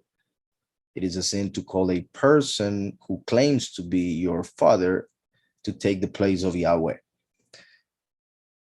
So the same with a rabbi or rabbi who tries to take the place of Yahushua, which is a lot different. So I'll continue with the chapter. So it says, this is the great Halel. This is amazing. This is the great Halel. This is one of the ways in which Halel can be translated. Foolish boaster. He boasts of being like the Most High, but he's just being foolish. So that is one of the translations that can be given to Halel. And now we'll go to Yeshayahu 14:12. How you have fallen from the heavens, O Halel, son of the morning, because he's born every morning. O Halel, son of the morning, you have been cut down to the ground, you who laid low the nations. So here it is talking to the one known as Lucifer commonly because of the translation in Latin, but the Hebrew is Halel, foolish boaster. If that would be the negative sense of how that word can be translated. This would be the positive sense in which that word can be translated, the shining one, the one who shines, right? Makes sense, the sun shines. And Lucifer was given, Halel was given a portion of light. Last week, we spoke about how Yahweh made the first angel, who is called Ariel. And that angel, not knowing the true reality, came to fool himself to make him think that he was the only one who existed, because he didn't see anything else other than himself when he was created, because Yahweh is spirit, Yahweh is invisible. So he said that he was all that there was, that he was the only power. So the Almighty sent his light, Mashiach, before entering the flesh, of course. He sent his light to reveal to Ariel that he was blind, a blind mighty one. And that's when he called him Samael, and his name changed from Ariel to Samael. He was placed on the left as unrighteousness. And when the light revealed himself to show that man has always been, meaning the son of man, Mashiach, he told Ariel, who was like a lion, you are mistaken, Samael, for man has always existed. And that is like a human speaking to an animal and telling the animal, in this case, the lion, no matter how big and powerful it may be, the human is the head of this reality. So in the heavens, it all started when Yahushua, the son of Yahweh, who is the image and likeness from which Yahweh took to make humans, the light Mashiach told Ariel, you're mistaken, Samael, you are a blinded mighty one. If you think you're a mighty one, you're a blinded one. And also the name given to it means the poison of Elohim, and that's why death, pain, tears, anguish, and much more came from that side, from Samael. So when the light made justice and revealed itself to the Malachim, one of the children of Samael, called in the Gnostic books Sabaoth, he started praising the light, for he realized that it was greater than the darkness in which Samael was, and even the angels. So when that Sabaoth praised the light gave Sabaoth the right spot, representing justice, and gave him a bit of light so that he would rule correctly the heavens, which were made obviously by Yahweh, and I'm talking about the second heaven, by Yahweh through his Ruach of wisdom, who created the angel from whom the other angels came and created or made the kingdoms and palaces of the second heaven. So when Samael was placed on the left and Sabaoth on the right, Samael had so much envy that Sabaoth received the power and authority over everything that Samael had made, plus a little bit of light from the heavens, which was greater than what he ever had. So he had envy, and death came from it. Then Sabaoth, who was given a bit of light, from that moment on, was called by the other angels what it would be written as the God of forces. And I say that because that's how it appears in some translations when it comes to the beast, that he doesn't worship the mighty one of his ancestors. He worships the mighty one of forces, or the God of forces. That is Lucifer, Sabaoth, or Halel, because when he received a light, he became the light bearer, Lucifer. So I hope all of that is clear. That's why also, since he was on the right, when the Torah was given to Moshe, the law, the angel from the right, using the law, accused humans of breaking the law and therefore of being condemned to hell, pretty much. So that's why Mashiach had to come from the middle and pay by fulfilling all of the law. The law says he who fulfills the law will live by those, by his works, pretty much by the law. So Yahushua fulfilled all the law, he had to live. Yet Lucifer, being jealous of his power, which he couldn't comprehend. So just like Samael became jealous of Halel, now Halel was jealous of Mashiach, from whom he received the light at the beginning, but he didn't recognize because now he came in the flesh and not with a good appearance, as we see in Isaiah 53. So Halel couldn't understand what was happening with this man named Yahushua. He was jealous, so he decided to kill him. But there was no law in the Torah to say that he could be killed, but Yahweh allowed it. Why? Because by Lucifer, Halel, killing Mashiach, he was breaking the law. So now he could be fired. And that's how Yahushua made a way to the Father and saves us from the accuser who uses the law, Torah, to say that we deserve death. I hope that's clear, because it is very important, I believe. All right. So how you have fallen from the heavens, O Halel, son of the morning. You have been cut down to the ground, you who laid low the nations, for you have said in your heart, let me go up to the heavens and let me raise my throne above the stars of El, and let me sit in the mount of appointment on the sides of the north. He wanted to sit on the north. Once again, we see it right there. And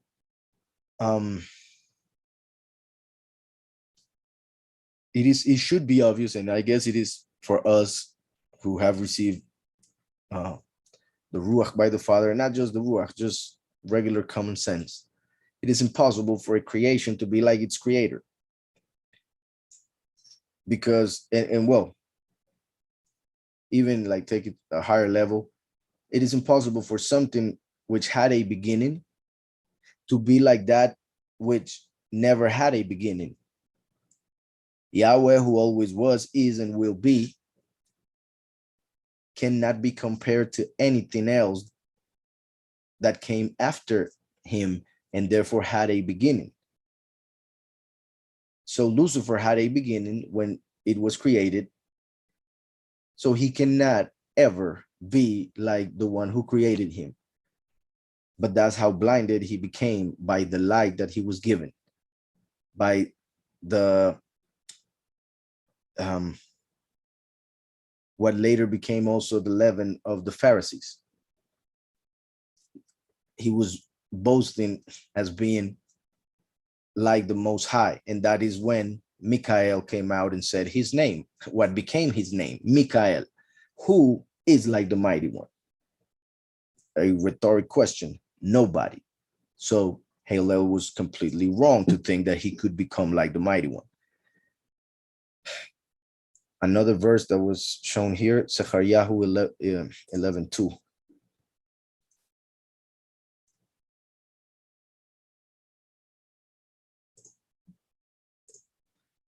It says, "Howl, O Cyprus, for the cedar has fallen, because the mighty are ravaged.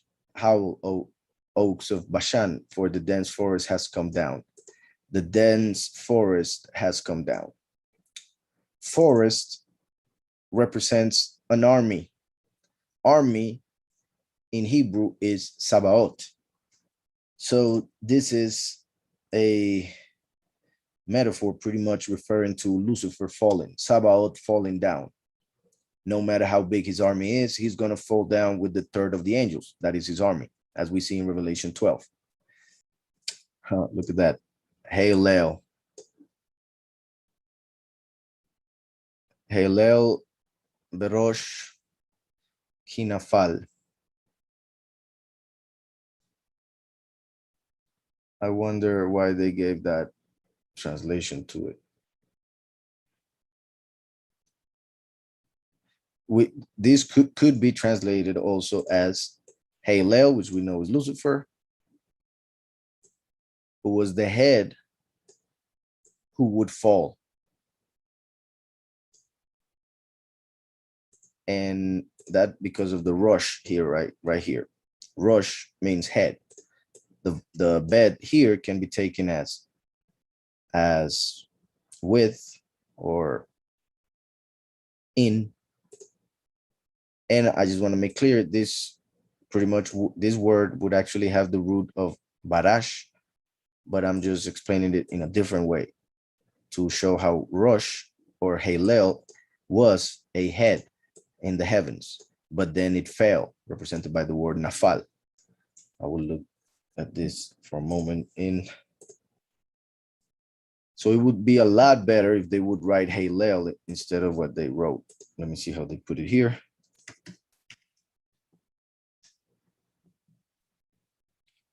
Howl, fir tree, for the cedar is falling. So this would be the root of what is appearing there as Hallel. And they write it as to howl, well, make a howling. Just like Hallel praised or made a howl when he realized the error of his father Samael and accepted, or in that moment, praised the light.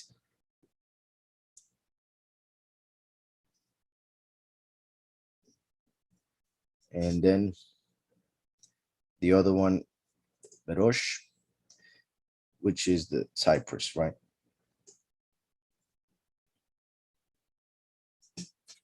All right, so once again, it is like saying, Hallel, like a cypress that falls. Hallel is a tree that will fall.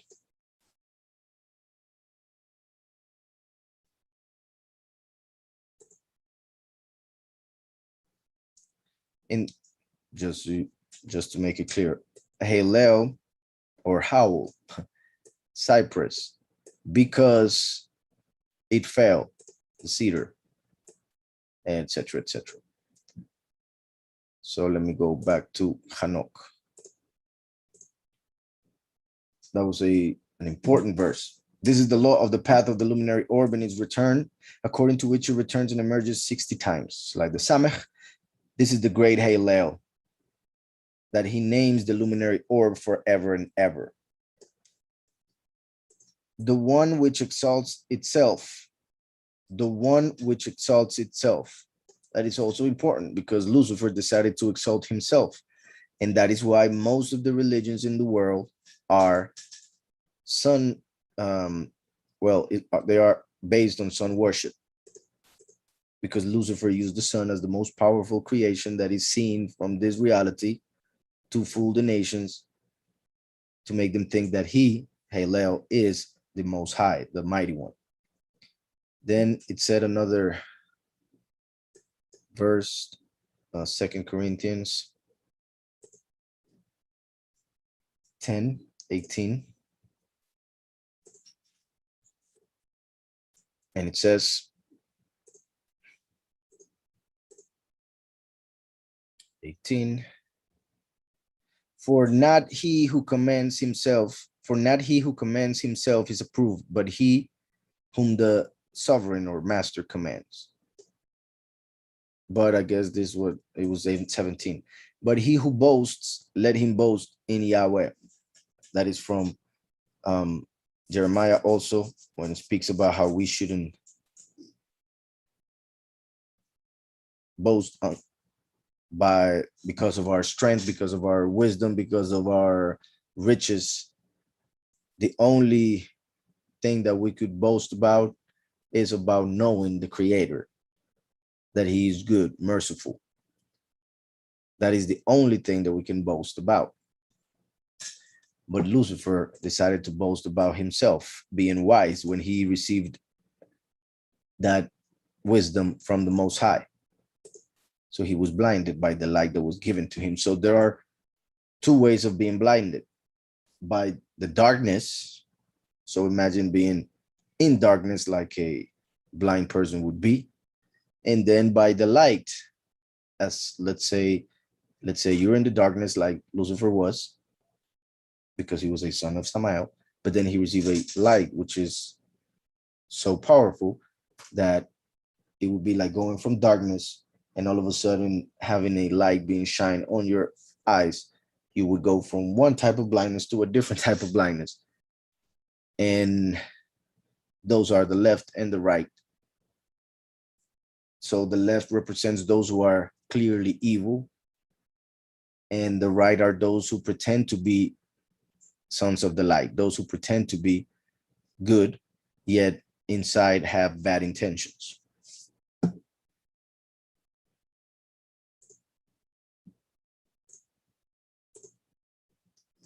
So the one which exalts itself is the great luminary, which is named after its own appearance. That's why it means also the shining one, as Yahweh has commanded. So this would also show that even the rebellion of Lucifer was according to Yahweh's plan. Here it is talking about the sun, the one that gives us light, as a representation of Lucifer, who exalted himself. But even that would be part of the reason why he was created. It all had a plan. So, and thus how it emerges, it sets neither shrinking nor resting, but running its course by day and by night. Meaning that even when we are in the night, somewhere in the world is having daylight. And that is said by this verse, which was written so much time ago. Yet the Almighty was saying and telling us that the sun is always moving, always running. It doesn't matter if we cannot see it. because the earth is a lot bigger. So that's why we only have 12 hours of day instead of 24. If the earth was a lot smaller, the sun would lit the whole earth. So, and thus how it emerges, it sets neither shrinking nor resting, but running its course by day and by night, and its light shines 7 times greater than that of the moon. The scripture tells us that that is the case. And it also tells us that in the new world that Yahweh will make, the moon will get its light back. So midnight will be just like noon, because the moon will shine 7 times brighter. And as a reward, the sun will shine even brighter than it does now. So 7 times brighter than it does now. And therefore, we cannot imagine what noon will be in that time. There will be so much light. Plus, we will have different eyes because we will receive a different body. So we will be able to see so much more. And there will be no darkness. Because I repeat, the moon will shine like the sun. So there will be a change of the amount of light, but there will always be light. So, and thus how it emerges, it says, neither shrinking nor resting, but running its course by day and by night, and its light shines 7 times greater than that of the moon. Though when observing both, their dimensions are equal. When observing both, their dimensions are equal. That's why if the eclipses happen a little bit like they tell us, because there are certain cultures in the past that have had a different perspective regarding how eclipses happen. But let's say as it is most commonly understood, the sun gets on, the moon gets in front of the sun. The only way for it to cover it as it does is for them to be the same size. However, if they are like they tell us, and the sun is way, way far away and the moon is a lot closer, then imagine the coincidence in the fact that they look the same from our perspective, which would be a lot harder, like for that to happen if everything happened by chance. So Hanoch is telling us something that is clear, and it should be clear to everybody. You look at the sun, you look at the moon, same size. Now, it depends, obviously, where the moon and the sun are, because as they go far away, the size changes according to our perspective, right? Plus, when, for instance, you see the sunset in the, at the beach, and you see the sun going, because of the water and humidity, it makes the sun look wider. And I have some images of that if you guys want to see them. I think it's just one. So though when observing both, their dimensions are equal. Here it has a comment. The Aramaic text more clearly describe how the moon's light waxes and wanes by a half of a 7th part each day. Here in the Ethiopic version, the moon is thought of as 2 halves, each half being divided into 7 parts, hence the 14 portions. All right. Now, I will look for those images. Here it says, watch the sun squashed as it reaches the convergence line. The sun does not go down below a curve. The sun does not go down below a curve. It just goes into and beyond the convergence line. That's why it disappears from our view, and it seems like it goes down, because that is the law of perspective. Let's say something goes over your head. You can see it right above your head, but as it goes farther and farther away, it seems to get down, down, down until it disappears in the middle. Just like if something were to go under your feet and go far away, it would seem it's going up, up, up until disappearing in the middle. So it goes into and beyond the convergence line from which the light cannot reach us anymore. So right here. Now,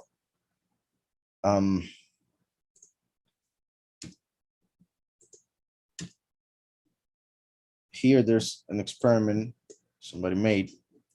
It says the sun moving from a plane at the same altitude, getting farther away from the spectator with humidity in the air. So the humidity is represented by this glass right here on the left, on the lower left. The sun obviously is right here. So then it says it's enough for it to disappear from sight while it gives the illusion of going down. Look how when it is close, it says the humidity in the air makes it look like it's going down and getting bigger in size. As you saw, both suns are at the same height, but depending on how close or far away from the humidity represented by the glass, it looks up or down. I hope that's clear. So imagine taking this closer, same height, humidity here, it makes the sun look bigger and lower. Let me see if there was another one that, I think there are a couple more. Yeah, this one is important. Let me see. Where is it? I guess I didn't open it. Oh, here it is. Look at this one. It is impossible for the sun to appear to change in size if the sun is millions of miles away. That should be also clear. If it is millions of miles away, then it would never change because the change would be so small that it wouldn't be captured by our eye.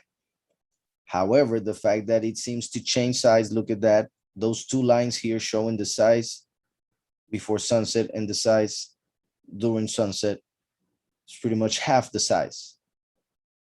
And that can only happen in the sun if the sun is so close that by getting far away from us, it gets smaller. Then it says the sun is smaller than we've been told the sun traverses above Earth, illuminating locally. That's right. Then here are our images of what happens in the north and in the south. The farther part of the north or the farther part of the south, where, let's say this one in the bottom right, the sun never sets. So you see the sun going around you. When it goes far away from you, it seems to go down. As it gets closer to you, it goes up and bigger, right? Look at this on the left, lower corner. That is what I think they call a, I forgot the name they gave it to it. It's pretty much like having noon at midnight, something like that, because the sun is right there, but it is midnight. So imagine how crazy that could be, right?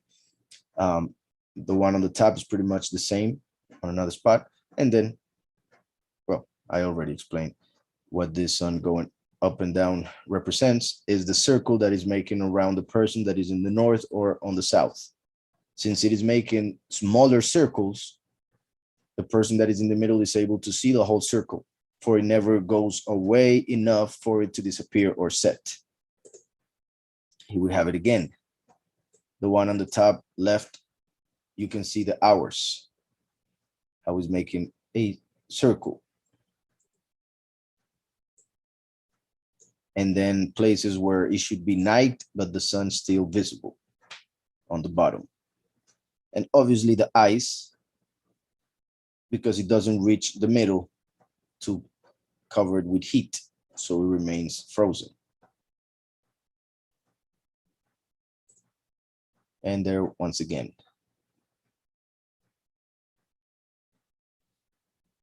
Now on the lower left, you see kind of the whole circle, how it goes up and down, depending on how far or close to you it is. So if it is closer, it looks up. If it is far away, it looks down. Now, let me go back to Hanoch. I think we finished with that chapter though. Yeah, through when observing both their dimensions are equal, though when observing both their dimensions are equal. And there was another one. I'm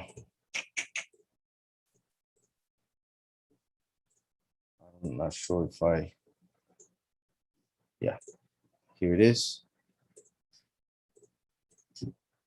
which is with this verse that we just read. But obviously, person could just make one of the two bigger or smaller to make it look the same, but you can see right there. Oh, I haven't shown it. That they are the same, the sun and the moon, same circumference as told by Enoch 72:37. So chapter 72, verse 1. And well, what I just read, I said chapter 72, but it's because depending on the translation, it will be 72 or 73. So I don't want anybody to be confused. We just read it and I showed the image, but the verse right there was a bit different. So after I saw this regulations, I saw another regulation concerning the lesser luminary, whose name is Yareach, the moon, Yareach. Now, if it's the lesser luminary, why would it be the one in charge?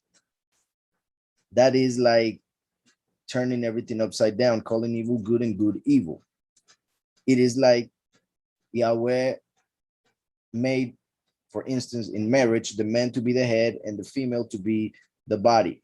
The head is the one who should rule, just like the sun is the head and the moon would be the body, male and female. So, as we know, Yahweh is pretty much represented by the heavens. His people represented by the earth. That is, the heavens are male, the earth is female. That's why the marriage of the Lamb, Messiah from the heavens, marrying his congregation from the earth. So the fact that a lot of people, mainly Jewish, have a calendar based on the moon, it is as saying that humans are more important or are in charge and not the creator, not the father. As saying that the female should take charge of the household, for instance, which is pretty much what they are teaching nowadays in the world. And if you say that the man is the head, then you are evil, pretty much, because you believe in scripture. So after I saw this regulation, I saw another regulation concerning the lesser luminary, whose name is Yarech. And her orbit is like the orbit of the heavens. And some other manuscripts read here the greater luminary orb. So it would say, and her orbit is like the orbit of the luminary orb.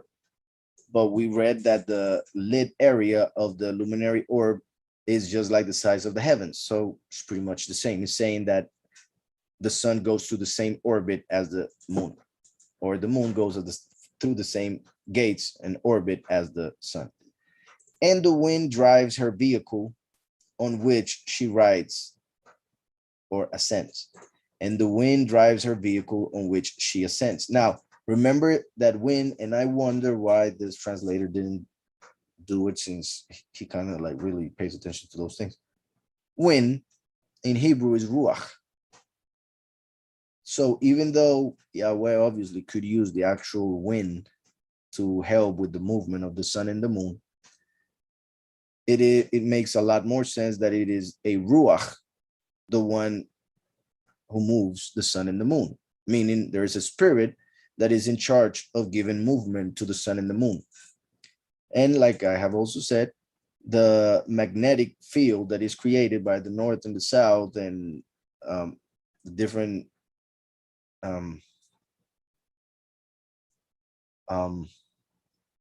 well, there is a let me just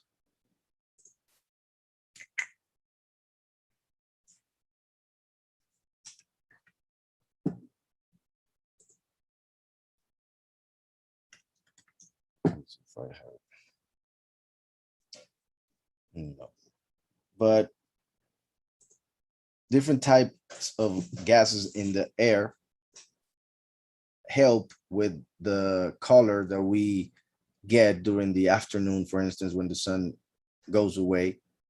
And there are, I thought I had an image or something that had to do with it, but there are also videos in which they use the same gases that are in the air very high above, and by using electricity, pretty much they can make those gases give a color, and those colors, depending on the gas that they use, which are all in the heavens, in the sky, give the colors that we normally see during an afternoon. So that's why so much change in color in the heavens, because of the magnetic field pretty much activating those gases to create those colors. And that magnetic field would also help with the movement of the sun and moon. So continuing, and Ruach drives her vehicle on which she rides, and she is given light by measurement. She's given light by measurement. So that's why the moon starts growing in light till the 15th or 14th day of its cycle when it's full, and then it starts going down in light till the last day of the month. It says, and its emergence and its setting change every month. There you go. It changes every month. So it is not very trustworthy when it comes to counting time, because it changes every month. That's why the Jewish people who had the calendar according to the moon would need people to look at the skies to see when the new moon would come out, to then determine the time. So that is part of what they actually even say, that they claim that Elohim gave humans the authority to call the times. So that's kind of like they put it. And its emergence and its setting change every month, and her days are like the days of the greater luminary orb. And when her light is completely full, its light amounts to a seventh part of the light of the greater luminary orb. So when it is on full moon, when it is completely lit, it just shines a seventh part of the sun. So 7 times less than the sun, even when it's full. That's why you can actually see craters and everything on it, because the light is not that powerful. Just like you cannot look at the sun, you cannot see what the sun may have because the light is so powerful that you cannot actually see where it's coming from. I mean, obviously you see the source, but what I mean, you cannot see details in the orb. So its light amounts to a seventh part of the light of the greater luminary orb.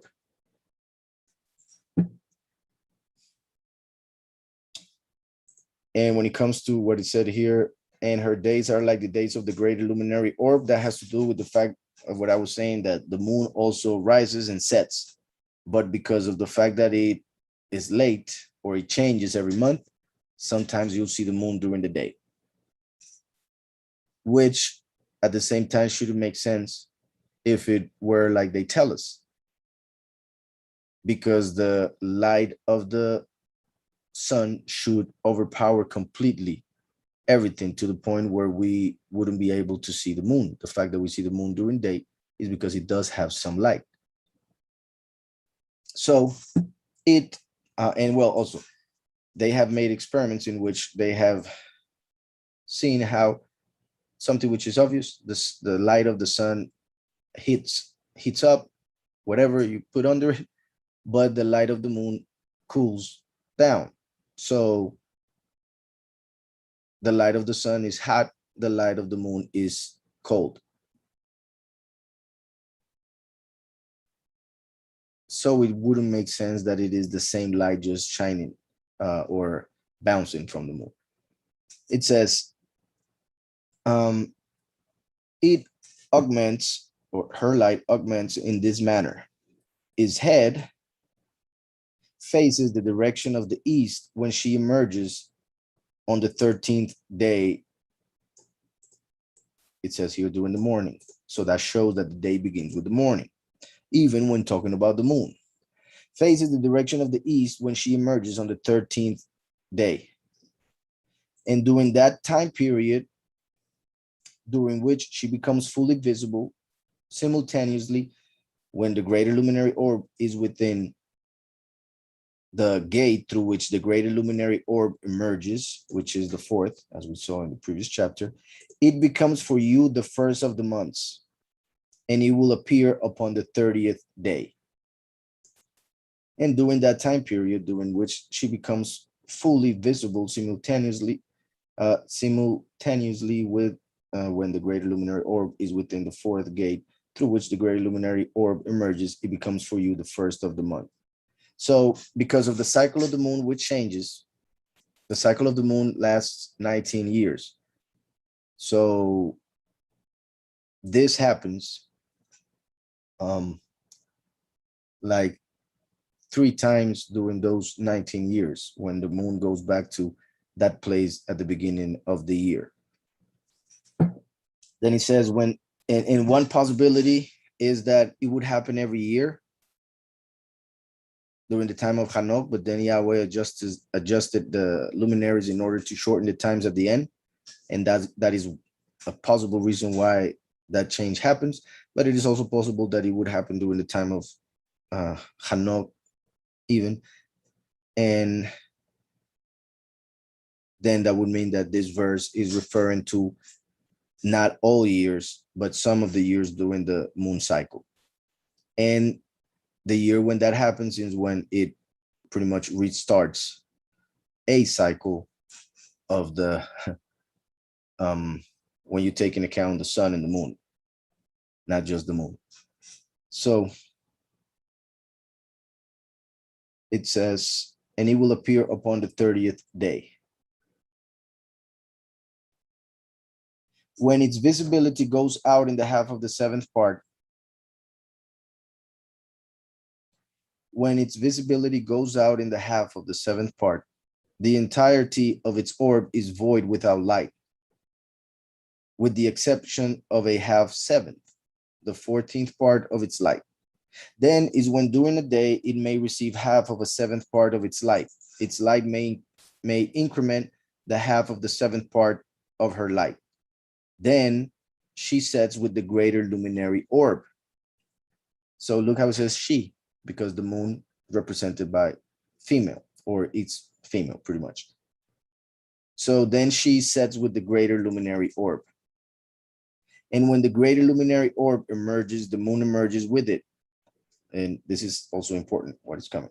And when the greater luminary orb emerges, the moon emerges with it and receives a half of a 7th part of light. Even on that nightfall is when she has commenced her morning of the months. Here has some parentheses, as you can see. I'm trying not to get or confuse you guys with them. And I don't like to kind of add to what is written, and those parentheses kind of are there to help with the reading, but wouldn't be there originally. So, but I'll say them in this case, is when the moon has commenced her morning of the month's first day. The moon sets with the greater luminary orb. So on that night, it is not viewable with its 14th part, that is in the half 7th, but it rises on that day, which would be the first day of the month, with 1/7 portion precisely, and emerges, then recedes towards the east where the luminary orb rises. And during each of her remaining days, its light increases in the other 13 parts. So during that cycle that I was mentioning of the sun and the moon, there are times in which would mean that it is the beginning of that cycle, when the year begins with the sun and the moon rising together. So we're looking at the heavens as they look in Jerusalem. Now let's go to time and month. So let's go to the equinox, which would be March, around the 20th. It can happen from the 19th to the 21st. So, well, I'm gonna use this one because you can see how close it got to the sun. So right there, the moon has almost no light. Actually has zero. So this year is perfect. So it's about to be the first day of the lunar month. And you can see how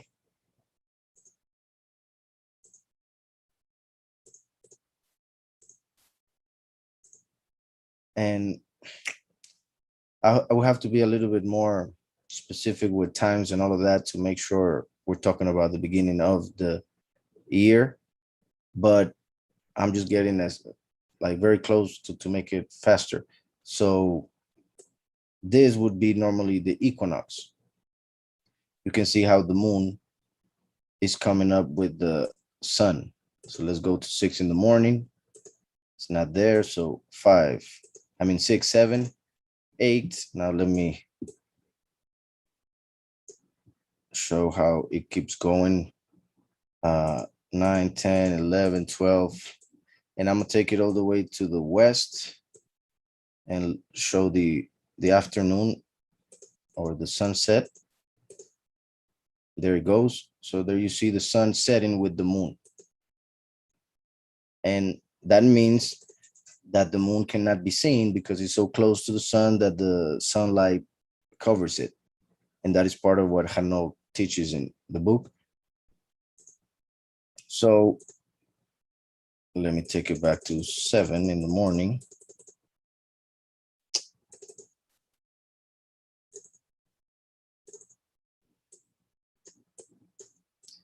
East.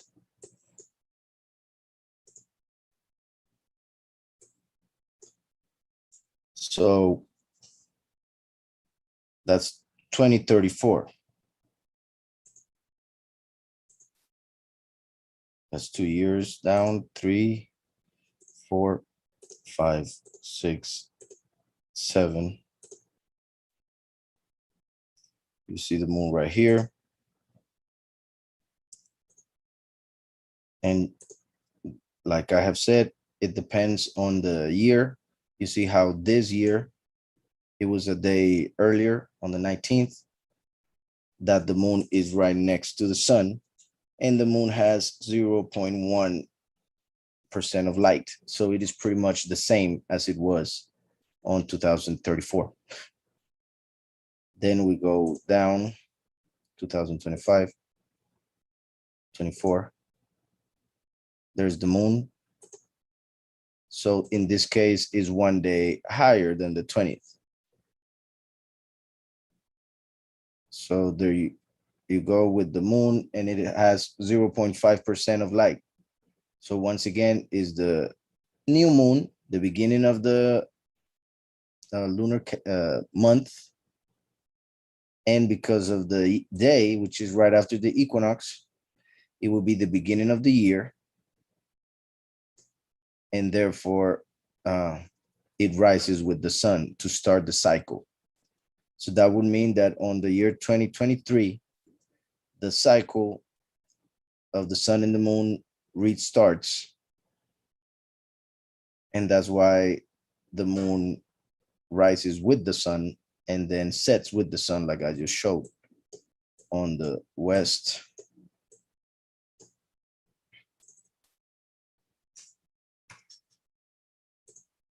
And there it goes. The moon and the sun disappearing together. So that is the first day of the year, according to Hanoch, and the time when the cycle restarts.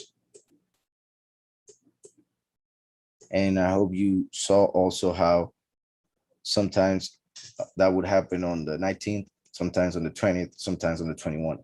But those are the only 3 days in which it will happen, because those are the 3 days in which the equinox will happen. Now, if I take the land, because this is obviously created as if the firmament, well, it is created based on what we are told about how the heavens are, yet when you take the land out and you go away from the stars pretty much as far as you can kind of see both sides of the firmament, which are on top of us, but that they are represented as being two parts of a sphere. So here you can see the south, right here on the bottom. I think there's a way to go right to the middle. So south, I just don't see the north. There you go. There's the north.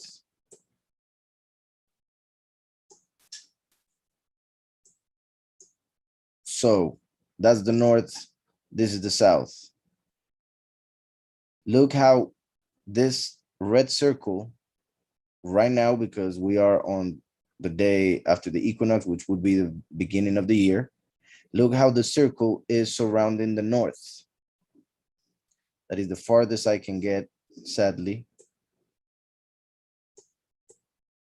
But look how that circle, which is the orbit of the sun, or in this case would represent the fourth gate on the first month.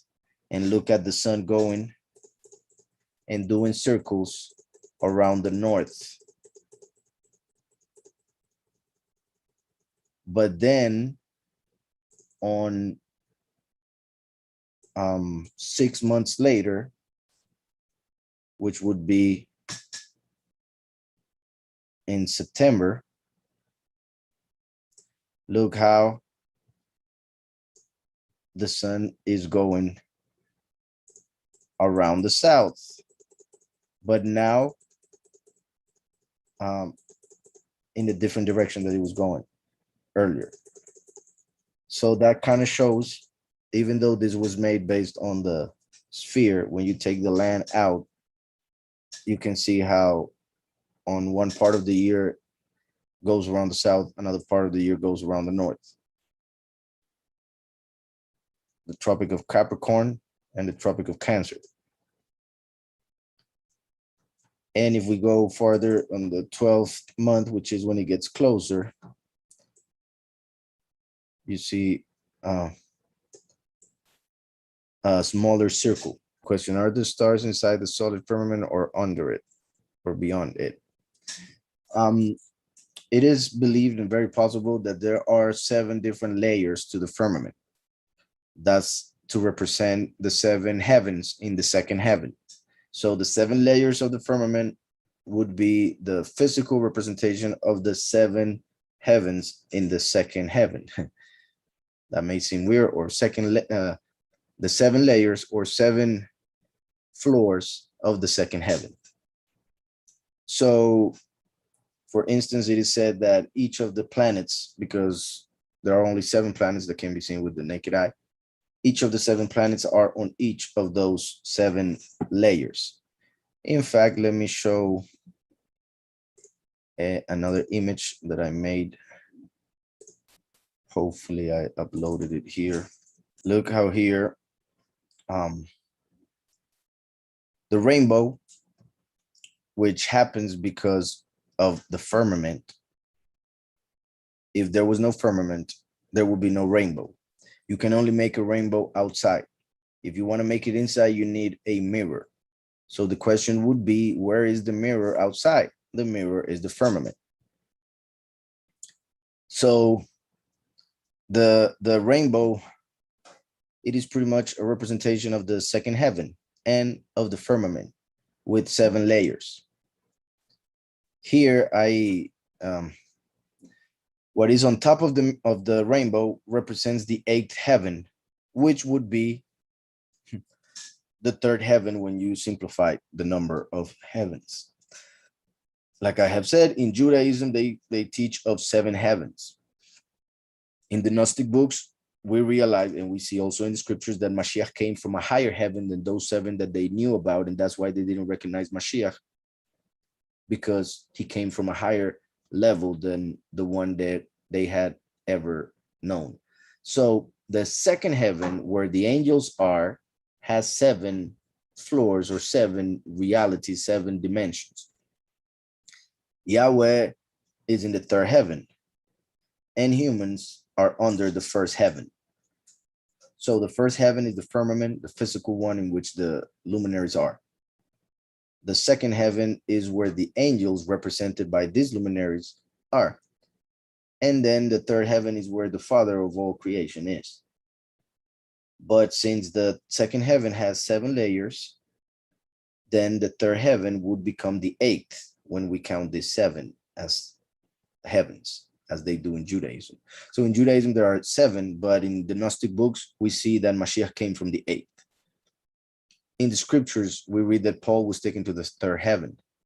So that is why we can talk about the heavens as being only 3, that of men, that of angels, that of the creator, or being 8th, the 7 heavens of the angels, and then that of the Father. Now, all of that is represented by this image. The light separates in 7 colors. The light separates in 7 colors. Each of the colors represent one of the heavens. Now, I'm going to start from the top. The 8th heaven, which is also the 3rd, and it represents eternity. On the top in Hebrew, it says Yahushua. On the top right corner, it says Yahushua Haor, which is Yahushua the light. The light is what needs to shine for the rainbow to happen, right? Because it bounces on the mirror and it goes through the water drops, the raindrops, and it creates that rainbow. So Yahushua Haor, and from him came, we could say, the Aleph Bet, because when Yahweh created space and time, there was a residue of light that was left when he contracted his light. As for instance, when you close the door and you can still see the light coming down the under the door, from under the door. So there was a residue of light which Yahweh encapsulated in 22 capsules, each of them being a letter. In fact, we could say 44 capsules, because there was an alphabet created for the heavens and an alphabet or alphabet created for the earth. But the point is that the alphabet are capsules of light. That's why Yahushua is the word and Yahushua is the light. So Mashiach is connected to every word, and every word gives us light of something, gives us understanding, knowledge of something. So from Yahushua came the Aleph, Bet, Gimel, Daled, Hey, Vav, Zayin, Chet, Tet, Yud, Kaf, Lamed, Mem, Nun, Samech, Ain, Pech, Sadeh, Kuf, Reish, Shin, Taf. So Mashiach, who is the light, is the word, Hadabar, right? The word. Now, Mashiach was manifested to bring the new covenant, Habrid Achadasha, the new covenant that came from the 8th heaven, from the heaven of the Father, which is also the 3rd. Hope that is clear. But when we go down, realities represented by the rainbow as the 7 heavens there are, or the 7 realities within the 2nd heaven, we have the representation of the scriptures. For Mashiach is the word who brought the Habrit Hadasha, or the new covenant. And each of these lights, or these colors in which the light separates, would be Bereshit, Shemot, Vayikra, Bamidbar, Devarim, which are the first 5 books of the Torah, then Navim or Nevim, which are the prophets, and then the Ketuvim, which are the writings. So from the highest revelation to the lowest revelation, from the Torah to the Ketuvim, and above it, the new covenant, which explains everything that is under it. But those who only follow the Torah or the Tanakh, which are the Torah, the Nevim, and the Ketuvim, are pretty much trapped by the letter for they don't have the new covenant to understand what that letter is saying. So that's why those who only follow the Tanakh and don't accept the new covenant are under the power of the angels who reside in the seven heavens, or seven realities within the second. As there are 22 letters, and if we divide, if we multiply the seven colors of the rainbow, by 3, we have 21. So we have one letter left. Therefore, we can add each of the letters to each of these colors 3 times, and then we have one letter, the last, left alone, which would be the letter Tav, showing how the Tav, which represents the last, comes at the end, comes from the earth, Haaretz, as the voice, Hakol. So Mashiach above it as the word, the prophet below as the voice, the Tav, to seal the chosen few in the end times. This would represent the firmament above humans over the earth, and this is called the first heaven. Now, all of this that I started to say is because I was asked if the stars are inside or outside. So if we see the firmament as having 7 layers, there would be stars on each of those layers. For Yahweh said that he placed the luminaries in the firmament. Meaning, well, in this case, the stars. For we see the sun and moon a lot closer, pretty much inside. And the order in which the planets would be, and just in case, in Judaism, the sun and the moon are added as planets, because a planet is actually a wandering luminary. So meaning that it has a different orbit than the rest of the stars. For all stars are stuck in the firmament. All stars are stuck in the firmament. The firmament moves, so you see all stars moving together, and that's why the constellations are always the same.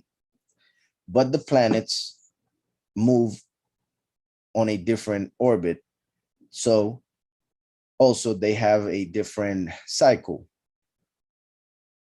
And the 7 planets are represented by the 7 lights of the menorah, in which the sun is right in the middle because it has the cycle that is right in the middle. The moon having the lowest cycle, which is pretty much 29 days.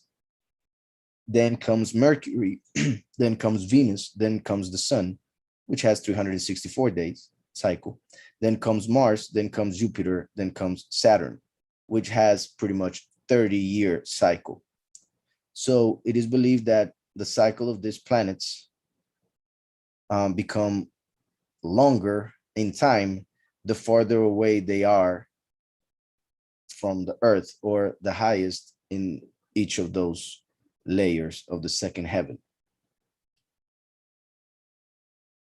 Each of the colors of the rainbow are also represented by each of the days of the creation.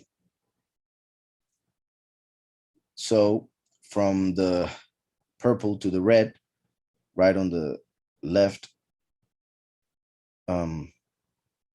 corner, down here on the lower left corner, we have the first day, the second day, the third day, the fourth day, the fifth day, the sixth day, the seventh day, each with the first 7 letters of the Aleph Bet, Gimel, Dalet, Hey, Vav, Zayin. Each of those letters are connected with each of the days and the creations of each of the days. I'm not going to start saying all those connections because there are many. I kind of want to. The first day, the heavens and the earth were created, and light was separated from darkness. Light is written with the Aleph, or, and the Aleph has the representation of the heavens and the earth separated by the firmament, as you can see the shape of the letter. The second day is when the firmament was made, and the firmament is pretty much the ceiling of the earth, the roof of the earth. The bed is a house, as you can see, the floor and the ceiling. The third day, Yahweh made the earth come up, the waters come up the sea, so that people could walk on it. The Gimel represents a foot and represents movement. So the earth moved up so that men could move around. The fourth day, the luminaries were made. Yahushua came as the light of the world on the fourth millennium as the gate. The Dalet is a gate. It is a door. And as we just read, the sun and the moon go through doors, the luminaries that Yahweh made, through the 6 gates. On the 5th day, Yahweh made the fish of the sea, the creatures of the sea, and the birds. So those on top and those below, like the letter Hey has a Dalet on top, which is also connected with the luminaries who are in the firmament, and then a Yud on the bottom, or a little foot that is separated from the top, as you can see in the letter Hey. So that represents the creation of those in the heavens and those in the sea, those creatures. And then comes the 6th day, in which man was made, and the letter Vav represents a man standing up. Then comes the Shabbat, which would be connected with the Zayin, because that's when man will be crowned. There is a man with a crown, and also represents a female because of the curves. So as we know in scriptures, the female is the crown of her husband. So that's why the Zayin represents a sword, represents, and you can see the shape. So it represents a weapon. It represents a man with a crown, or a female who is the crown of the man.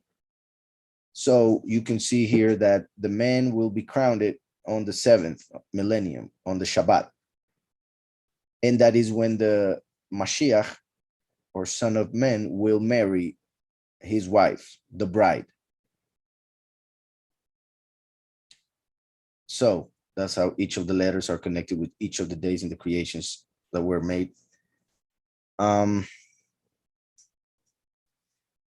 then on the other side, we have the same letters, Aleph, Bet, Gimel, and they connect with the 7 congregations of Revelation 2 and 3. Ephesus, Smyrna, Pergamon, Thyatira, Sardis, Philadelphia, and Laodicea. So that's why there are 7 congregations, 7 lights in the menorah, 7 days in which the creation was made, 7 heavens, 7 planets, 7 separations of the Tanakh. And then on top, the heaven of the Father, represented by the new covenant. I hope all of that was clear. Let me see if there were any other questions. There is a constellation in the form of a crown. Let me see if this is the one that you mentioned. I'll go back to Stellarium. Here is the crown. Not sure if this is the one you were talking about, but here is the crown. Corona.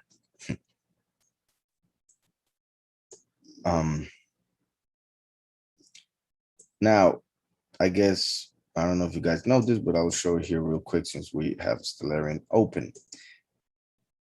You see how the sun here is in the constellation of Sagittarius. So the sun always moves through those 12 constellations. That's why there are 12 months. It is 1 month on each constellation. So here is on the 12th. Then I'm gonna take it some days down just to put it in the middle. No, up, up, up. So let's say there. So I'm gonna go to the next month, and it is in Capricorn. Then it goes next month, Aquarius. Then next month, you can see it's in Pisces. Then next month, the Lamb, Aries. Then Taurus, the Bull, Ephraim.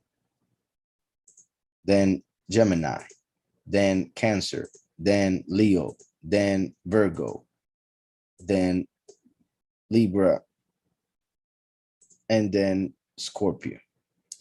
So that's what it does every year. It just goes around and around and around and around the same constellations.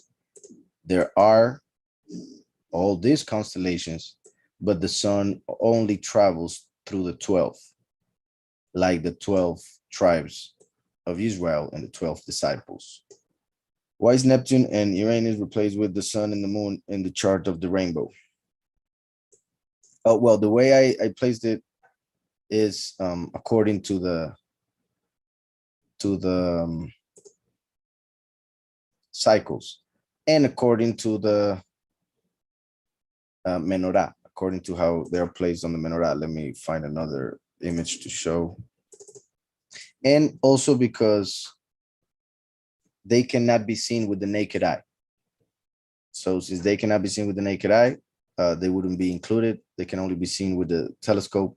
So that would mean they, well, that's why they weren't counted back in the day. Here are the congregations. And it says here, the moon has a cycle of 27 days. Could go up to, yeah, 29 if I'm not mistaken. Mercury has a cycle of 87 days to complete its orbit all around the, well, over the Earth. Venus has a cycle of 224 days. The sun, 365. That's why it's in the middle of the 7 luminaries or the 7 lights on the menorah. Then Mars has, oh, and I just realized I should translate that. It says Mars. Why is it like that? Everything is in English except for this one. I'm gonna fix that. So Mars has a orbit or cycle of 687 days. Jupiter has 12 years, interestingly enough, like the 12 tribes, since Jupiter is called Sedek, which means justice. So it's connected to the 12 tribes, which represent the government, the true justice. And then Saturn, which takes 30 years. And then you see it here on the top of the menorah, and their names in Hebrew, and the connection to the congregations, the meaning of the congregations, and how they connect with each of the feasts. And the bottom of the menorah, which represents the earth, and these luminaries going around on top of us. And just to leave that clear regarding how the wandering stars move and all of that, look how, I'm gonna get closer.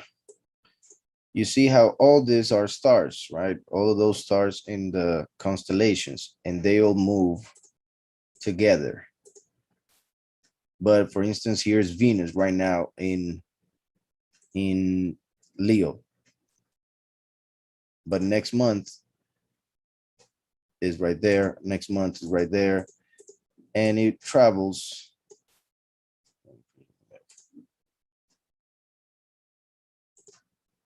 So Venus, you see how the movement is throughout the same constellations as the sun. So the wandering stars don't move like the other stars. They go through the same route or path as the sun and the moon. Now look at let me see, let me take another luminary or wandering star as example. Not the sun, I already showed you the path of the sun. Okay, here's Jupiter. I'm gonna put it right in the middle. And once again, move through the months and see how it is moving a lot less because its cycle lasts 12 years. So it's moving a lot less than Venus was moving. And sometimes it even goes back. That is how, for instance, it was in the let me take you guys back to 2017. And look how Jupiter is in the belly, because I'm going to take away the drawing. This is Virgo, and this square, or well, not square, but this shape in the middle would be her belly. And look at Jupiter. That is in September. Then I'm going to go down the 8th month, the 7th, until it goes out. So let me show you again. 2016. This was an interesting sign in the heavens, which has only happened once. 2016, on the 11th month. Oh, come on. On the 11th month, and now it looks kind of crooked, Virgo, but you already know how that will be the belly. So Jupiter, which represents, in this positive sense, it represents the just one, the king. Interestingly enough, by being a wandering star, it represents one who not always follow the path that the Almighty plays for it, just like all other stars go on the same path every night. Not so with the wandering stars. So the last comes as the prodigal son. So that connects with the wandering star. The last is called in Jeremiah, Yahweh Sitkenu, Yahweh our righteousness. Jupiter in Hebrew is called Sedek. Yahweh Sitkenu has as a root Sedek, which is justice, righteousness. So it represents the last who comes as a king, as the prodigal son, to bring righteousness. And this is, of course, the Gregorian calendar, but it is just to understand it. In 2016, the 11th month, Jupiter entered Virgo, what would be the belly. So that represented conception. Then look at this 12, that's 1 month. Well, first month, one to start the year 2017, that's 2 months. Then the second month, that's 3 months. Then the third month, that's 4. Then 5. Then 6. Then 7. Then 8. Then 9. And look how for 9 months it was in the belly. And then on the 9th, it came out. So 9 months, Jupiter was in the belly of Virgo after conception during the 11th month of 2016. On the 9th month, by Yom Teruah, Virgo gave birth. And remember what Revelation 12 says regarding the sign that John saw in the heavens. A virgin in the heavens with the sun shining on her. And let me, just a second. It was on the 23rd when the sign happened perfectly, on the 23rd of September, 2017. The moon by her feet, and he gave birth to the one who will rule the nations with a rod of iron. So this sign happened as specified by Revelation 12. And you just saw, and I think it is very amazing how it was in the belly of Virgo for 9 months. I already said 1, so I'll go again. 1, 2, 3, 4, 5, 6, 7, 8, 9. Well, that will be the 9 right there, and then it comes out. So 17. And other than that, also said that it had 12 stars on her head because of the 12 tribes, a crown of 12 stars. Interestingly enough, above Virgo, we find Leo, which represents kingship. So a crown. And it has 1, 2, 3, 4, 5, 6, 7, 8, 9 main stars, right? This one, this one, this one. That's 3, 4, 5, 6, 7, 8, 9. And on that day, these three wandering stars got together and lined up to create 10, 11, 12. So on that day, there were 12 stars above her head, while she was clothed by the sun, giving birth to Jupiter with the moon on her feet. And that was a sign that the Son of Man should manifest anytime after that, because signs, well, depending on the type of sign, but signs are to tell what is coming, right? So for instance, you see a sign of you got 100 miles to get to the place where you're going. When you get to the place, you don't have those signs anymore because you're there already.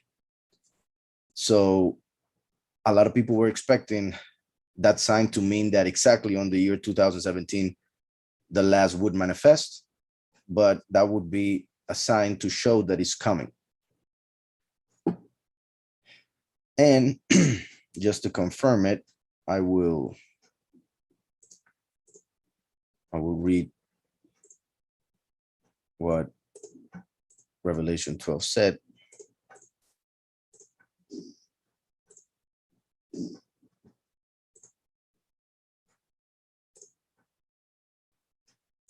And a great sign was seen in the heaven, a woman clad with the sun, with the moon under her feet, and on her head a crown of 12 stars. Even though nowadays they call planets, planet means wandering. In the scriptures, we see planetes ster, which is wandering star. So the planets are stars. They just wander through the heavens. So 12 stars can include the planets, as we just saw. And one last thing from the stellarium. Look how those three planets are right there perfectly. Now, let's take it 1 month later. They're not there anymore. Let's take it days. You see how they start moving and going away, and therefore the sign is not there anymore. And this has only happened the way it happened. It has only happened once in all history. And I mean history, 6,000 years. I don't mean hundreds of years like they say. So in 6,000 years, this has only happened once, which is key. It seems to be a great sign. Do you know the original names of the planets? Here you have Yareach, which is the moon. It is also called Lebanah, which means white. From Laban. You remember Laban, the father of Rachel and Leah? Laban is white. Lebanah is white in the female. Then Kokab, which actually means star. It is one of the names given to Mercury, Kokav, but Kokav as a Hebrew word means star. So it is called Kokav Chama, which is pretty much the star that burns. So it is believed that when Mercury is closer to the Earth in its cycle, the Earth gets hotter. Then Noga for Venus, which pretty much means a shining one. That's why some have interpreted Hallel as being Venus, because Venus appears in the heavens many times right before the sun is about to come up, and it looks very bright, like a huge lamp in the heavens. I don't know if you guys have noticed it. Last time I was telling Jay that perhaps he was watching Venus because Venus looks like a huge lamp in the heavens, and it many times appears right before the sun. So some interpret that as being Lucifer, who tries to act like it is the sun, but then the real sun comes up and it shows that its light is way brighter. So that's why you might find that some interpret Hallel or Lucifer of Isaiah 14 as Venus, because it is very bright. So the bright one, Noga. Then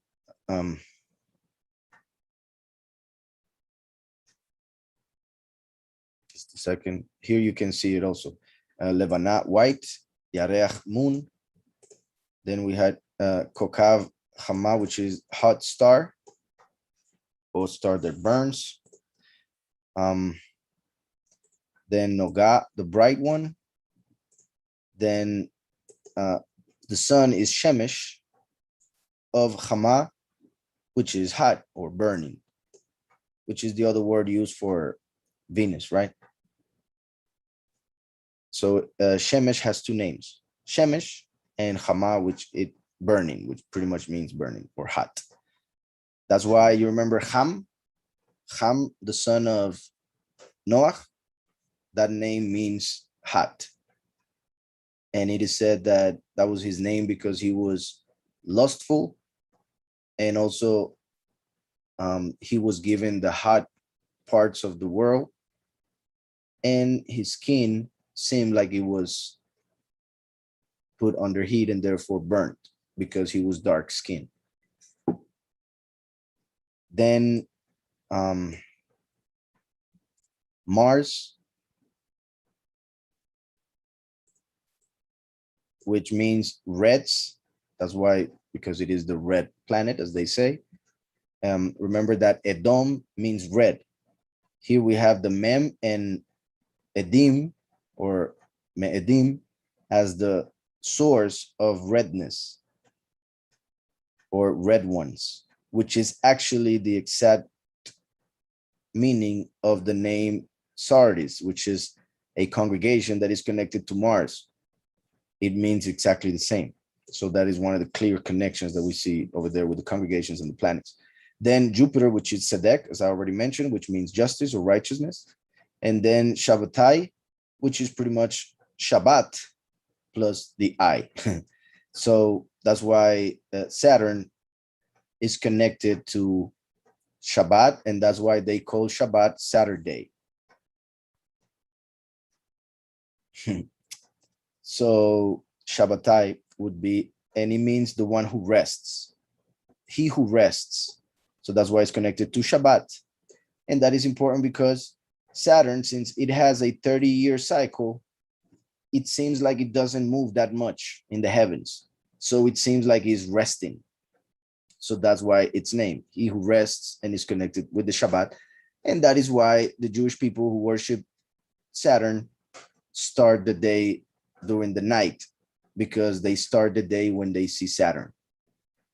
And they worship or follow the Shabbat under Saturn instead of Yahweh. That's why they use the cube in the forehead and the arm. The cube is connected with Saturn. Also the eye, the all-seeing eye, is connected with Saturn, and also the hexagon, and therefore the six-pointed star.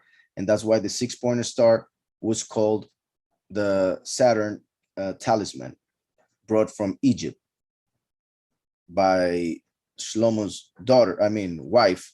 Shlomo's wife from Egypt brought the talisman, and Shlomo used it, and that was the six-pointed star, which is also used by the Israelites when they came out of Egypt. They came out of Egypt with the six-pointed star, and that's why the Almighty says that they didn't carry the presence of Yahweh with them, because they were following Moloch and Kium. Moloch is Jupiter in the bad sense, represented by Jupiter, that would be Lucifer, and Saturn is Kium or Rempham, who represents Samael. Even though, just so you know, nowadays in Judaism, they give Samael the planet Mars. So it is as if when Samael was Ariel in the beginning of time as Kronos, and therefore Saturn. So when he began time as the first creation, he was Kronos, connected to Saturn. But when he failed and became Samael, the one who sheds blood as death itself, he became Mars, or connected with Mars. So I hope that's clear. Just like Azazel is connected with Mercury. That's why he's in charge of merchants, those who make money with the faith. Mercury is connected with merchants and with pastors and with thieves and many other things that are connected with Azazel, fooling everybody and stealing through doctrine, through religious teachings. And Hallel, represented by the sun. And then I repeat, so I actually write about that in the book, in case you haven't read it. Eventually, when it's ready, you can go and see it. How Jupiter and the sun are connected with Lucifer for different reasons. Saturn and Mars are connected with Samael for the reasons I just mentioned. And Azazel connected with Mercury and also the sun, depending on the religion and all of that, because different cultures had different views of the planets and what they represented and the gods that they worship through them. So also the Queen of Heaven obviously is connected with the moon and with Venus. So it is like the Queen of Heaven and her daughter would be Venus. And that's why Venus is very close to the moon many times in the heavens. That's why the symbol that they used in Islam is a moon with Venus on top. The moon would be the mother and Venus her daughter. The Queen of Heaven as evil wisdom, and then her daughter Jezebel or Lilith. I hope that is a bit clear. So let me see if there are other questions. Is the windows of heaven where we see the biggest concentration of stars in the middle of the firmament above? Let me see if I have an image here for that. Oh, are you seeing the screen right now? Yeah. Look at this, how this is, and there are more of these images. I just showed 6 here. These are found all over the world, or in the Vatican, a lot of them. But the point is, in Catholic churches, they show the truth in plain sight. They hide the truth in plain sight because they put, you know how they have the obelisk, and then in front of it, they normally put a dome. The obelisk is a penis, and the dome is the womb. So that's why in Catholicism, and even in the capital of the United States, they use those same symbols. The obelisk right in front of a dome, representing their god and their goddess uniting to bring their new world order, for instance. So the dome represents the womb, the obelisk, the penis. But when it comes to the dome, as it looks from inside, you can see how they write. I mean, they draw the, like, let's say this one on top in the middle. They have the 12 disciples as the 12 constellations. They have what they claim is Mashiach in the middle of the heavens, surrounded by the 4 cherubim. And they have windows under each of the disciples, like the windows for the wind in the firmament that we just saw in Hanoch. So they are showing that the heavens are a dome, and the sun goes through the 12 constellations, and there are windows for the wind O's, where wind goes. So that's why the windows are for the wind to go through.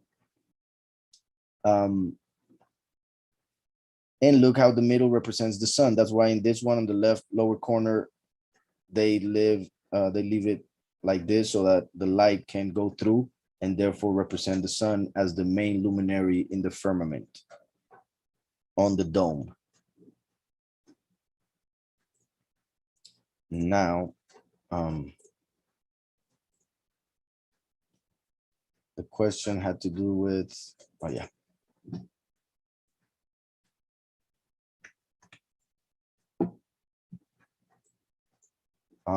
Look at this one right here, which I think it is what you're referring to.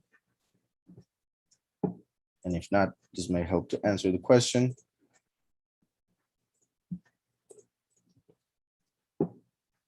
This is called, they call it the Great Rift, which the name itself should tell everybody a lot. The Great Rift, because that is the window that was open for the most of the water that came down from the heavens.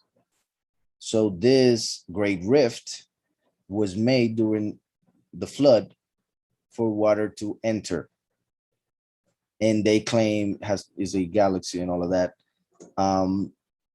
But why call it a rift if there is no solid surface or solid firmament on top of us? So since it is solid, there was a great rift that opened for the water to enter. And that is what, that will be a window, or the windows of the heavens that opened during the flood, as it is written in Genesis 7:11. So in that day of the year, 600 of the life of Noah, in the second month, on the 17th day of the month, were broken all the fountains of the great abyss and opened the windows of the heavens. So it looks like a huge concentration. Oh, I just saw that my camera got stuck. I don't know if that's what you were saying, but yeah, I'm stuck like with a hand like that. So that's weird. Okay, got fixed. So here's another one, another image of it. And it seems to have a greater concentration, yes, of stars. But it also, I mean, all the difference in color and all of that may have to do with the fact that it's a part of the firmament that actually can open. However, the windows that I was talking about for the wind are other ones. They are different and they will be lower and around. In this case, this would be on top for it to open and water to come in. Now continue. The three stars that complement Leo over Virgo could be like the three, oh, that's a good point. Yeah, like the three mages, or what they call wise men, that visited Mashiach. In wealth, just, and also the three men or Malachim that visited Abraham, right? And that's a good point. Yeah, Michael, Raphael, and Gabriel, or the three men that visited. And it is said, because scripture doesn't say that there were three. It only says that they gave three gifts. So that is how people tend to conclude that there were three people, one gift each of them. So it is also connected with the three stars in Orion and the star named Sirius. You know how there's three stars on Orion kind of work as an arrow to show where the brightest star in the sky is, which is Sirius. I don't know how that looks on Stellarium, but I'll try and show it.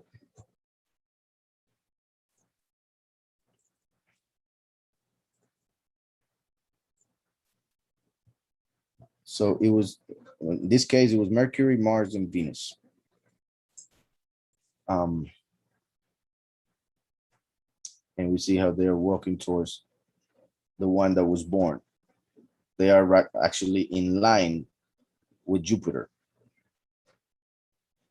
So it could be like the three men that went to visit Mashiach.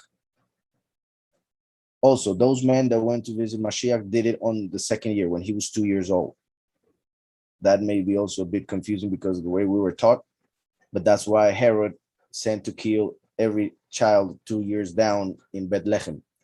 So they reached Mashiach 2 years later. So they saw the sign and then they went and reached there 2 years later, which is interesting because I just mentioned how this sign happened in 2017. So 2 years later, 2019, at the end of the year. So everything would start at the beginning of the Hebrew calendar. So that would mean by March of 2020 could be the time representing when the wise men reached Mashiach.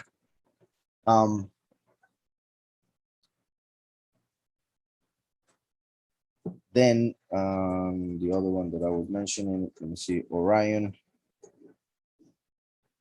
But this always happens. This is something that every night, because our stars that are always in the heavens. So here we go. I mean, always in the heavens in the same position. Here is Orion, Orion's belt, which is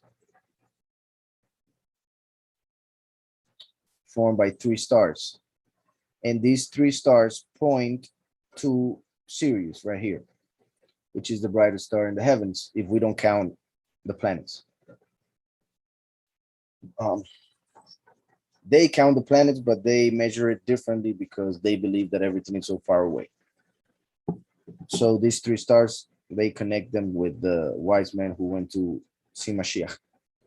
And when you see this in the heavens, it looks very nice. I mean, these 3 stars are seen very easily in the heavens. So if you look to the side, you will see Sirius as the brightest star. Let me see other questions. Go. Interesting about Mercury being connected to merchants. Sound like Nike. The most popular shoe is the Mercurial. Yep, pretty much. Although Nike is the name of the god of victory. So Nike is actually a name of a god.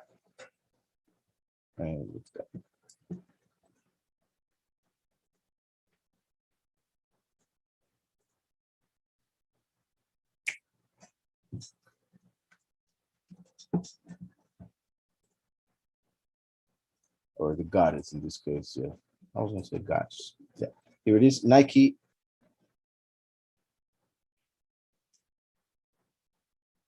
And in ancient Greek religion, the goddess of victory, daughter of the giant Pallas and of the infernal river Styx or Styx.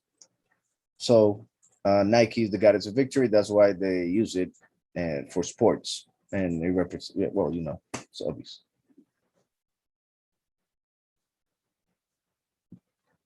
Then December 31st, 2019. Who says mysterious pneumonia seeking in dozens in China?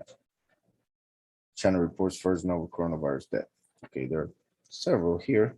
Let me see, December 31st, 2019. December 31st, 2019. This is interesting because look how Venus, which I would mention and how some connected with an evil entity, either Lucifer or a female evil entity like Lilith. It's in Capricorn, which in the negative represents Samael, for it is a goat of the sea, a goat of water, and that would be Samael, who was an angel made from water, like a lion, like I have mentioned when it comes to its shape, but you know how goats are connected with demons. And Samael is the father of demons who came from the water. So the water goat or the sea goat, which is Capricorn, represents Samael. And Samael is the one from whom death came. So death, as what they were expecting with the coronavirus, being announced on this day in which Venus was on Capricorn, and Mercury, Jupiter, and the Sun and Saturn align on Sagittarius. And Sagittarius is a man on a horse throwing the arrow, which is interesting because we know in the first seal, a rider of the white horse with a bow, and he's given a corona. He's given a crown. And look how the sun is on his head as the biggest corona, as the biggest crown. So it will be the rider of the white horse with the bow, with the corona on his head when they announced it. And not only that, Jupiter and Mercury pretty much. And Mercury, as all the money that they would make, like the Rothschilds and others have made a lot of money with the tests and the injections and all of that. And then Saturn, which is also connected with Samael, like I mentioned earlier. And well, I showed you a different corona earlier when you asked about it, but look how there is a corona on the foot of the horse. So the constellation in which these four planets were aligned were on above the corona of the south, pretty much. So Sagittarius, and I have mentioned how the first seal is positive, but in this case, they were attacking humans with the corona to make money and kill people. And I say that as in the corona is under it, Mercury is the making money, Jupiter negative connects with Lucifer, just like the sun, on top of the head like a crown, and then Saturn as Samael, while Venus is in Capricorn. So yeah, that seems interesting. Then let's see the other date. January 11, 2020.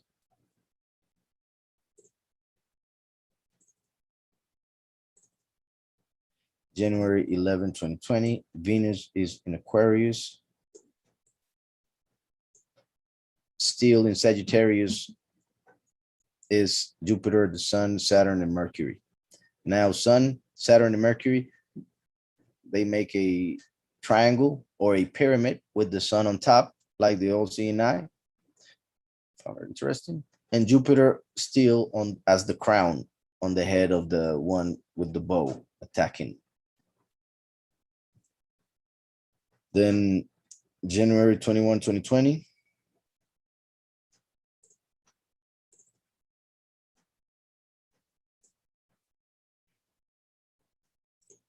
Of Mercury or the merchant in Capricorn. The sun is about to reach there as to give, in a way, power to what Mercury in Capricorn would represent.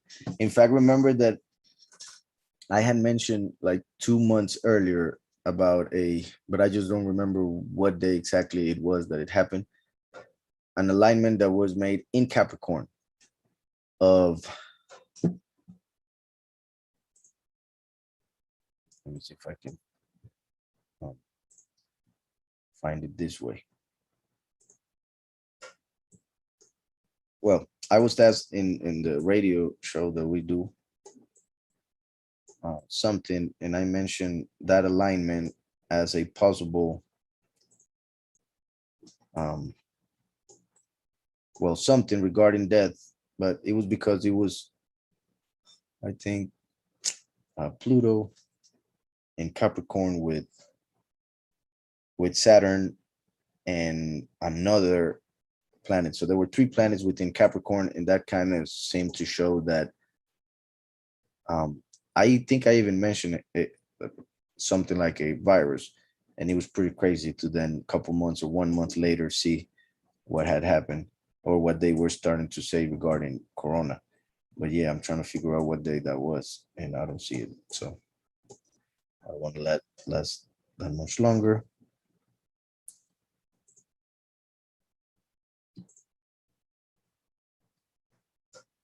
Well, but it was COVID.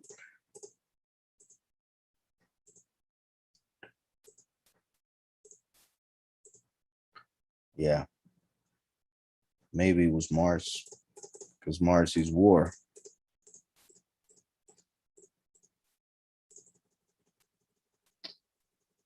But yeah, we'll have to look on the show and see what day that was, which I should have done a long time ago.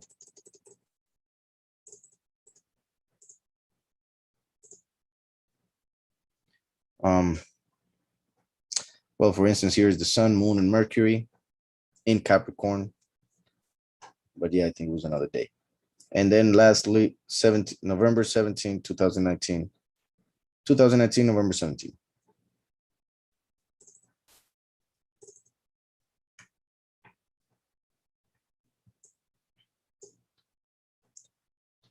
Saturn in Sagittarius still.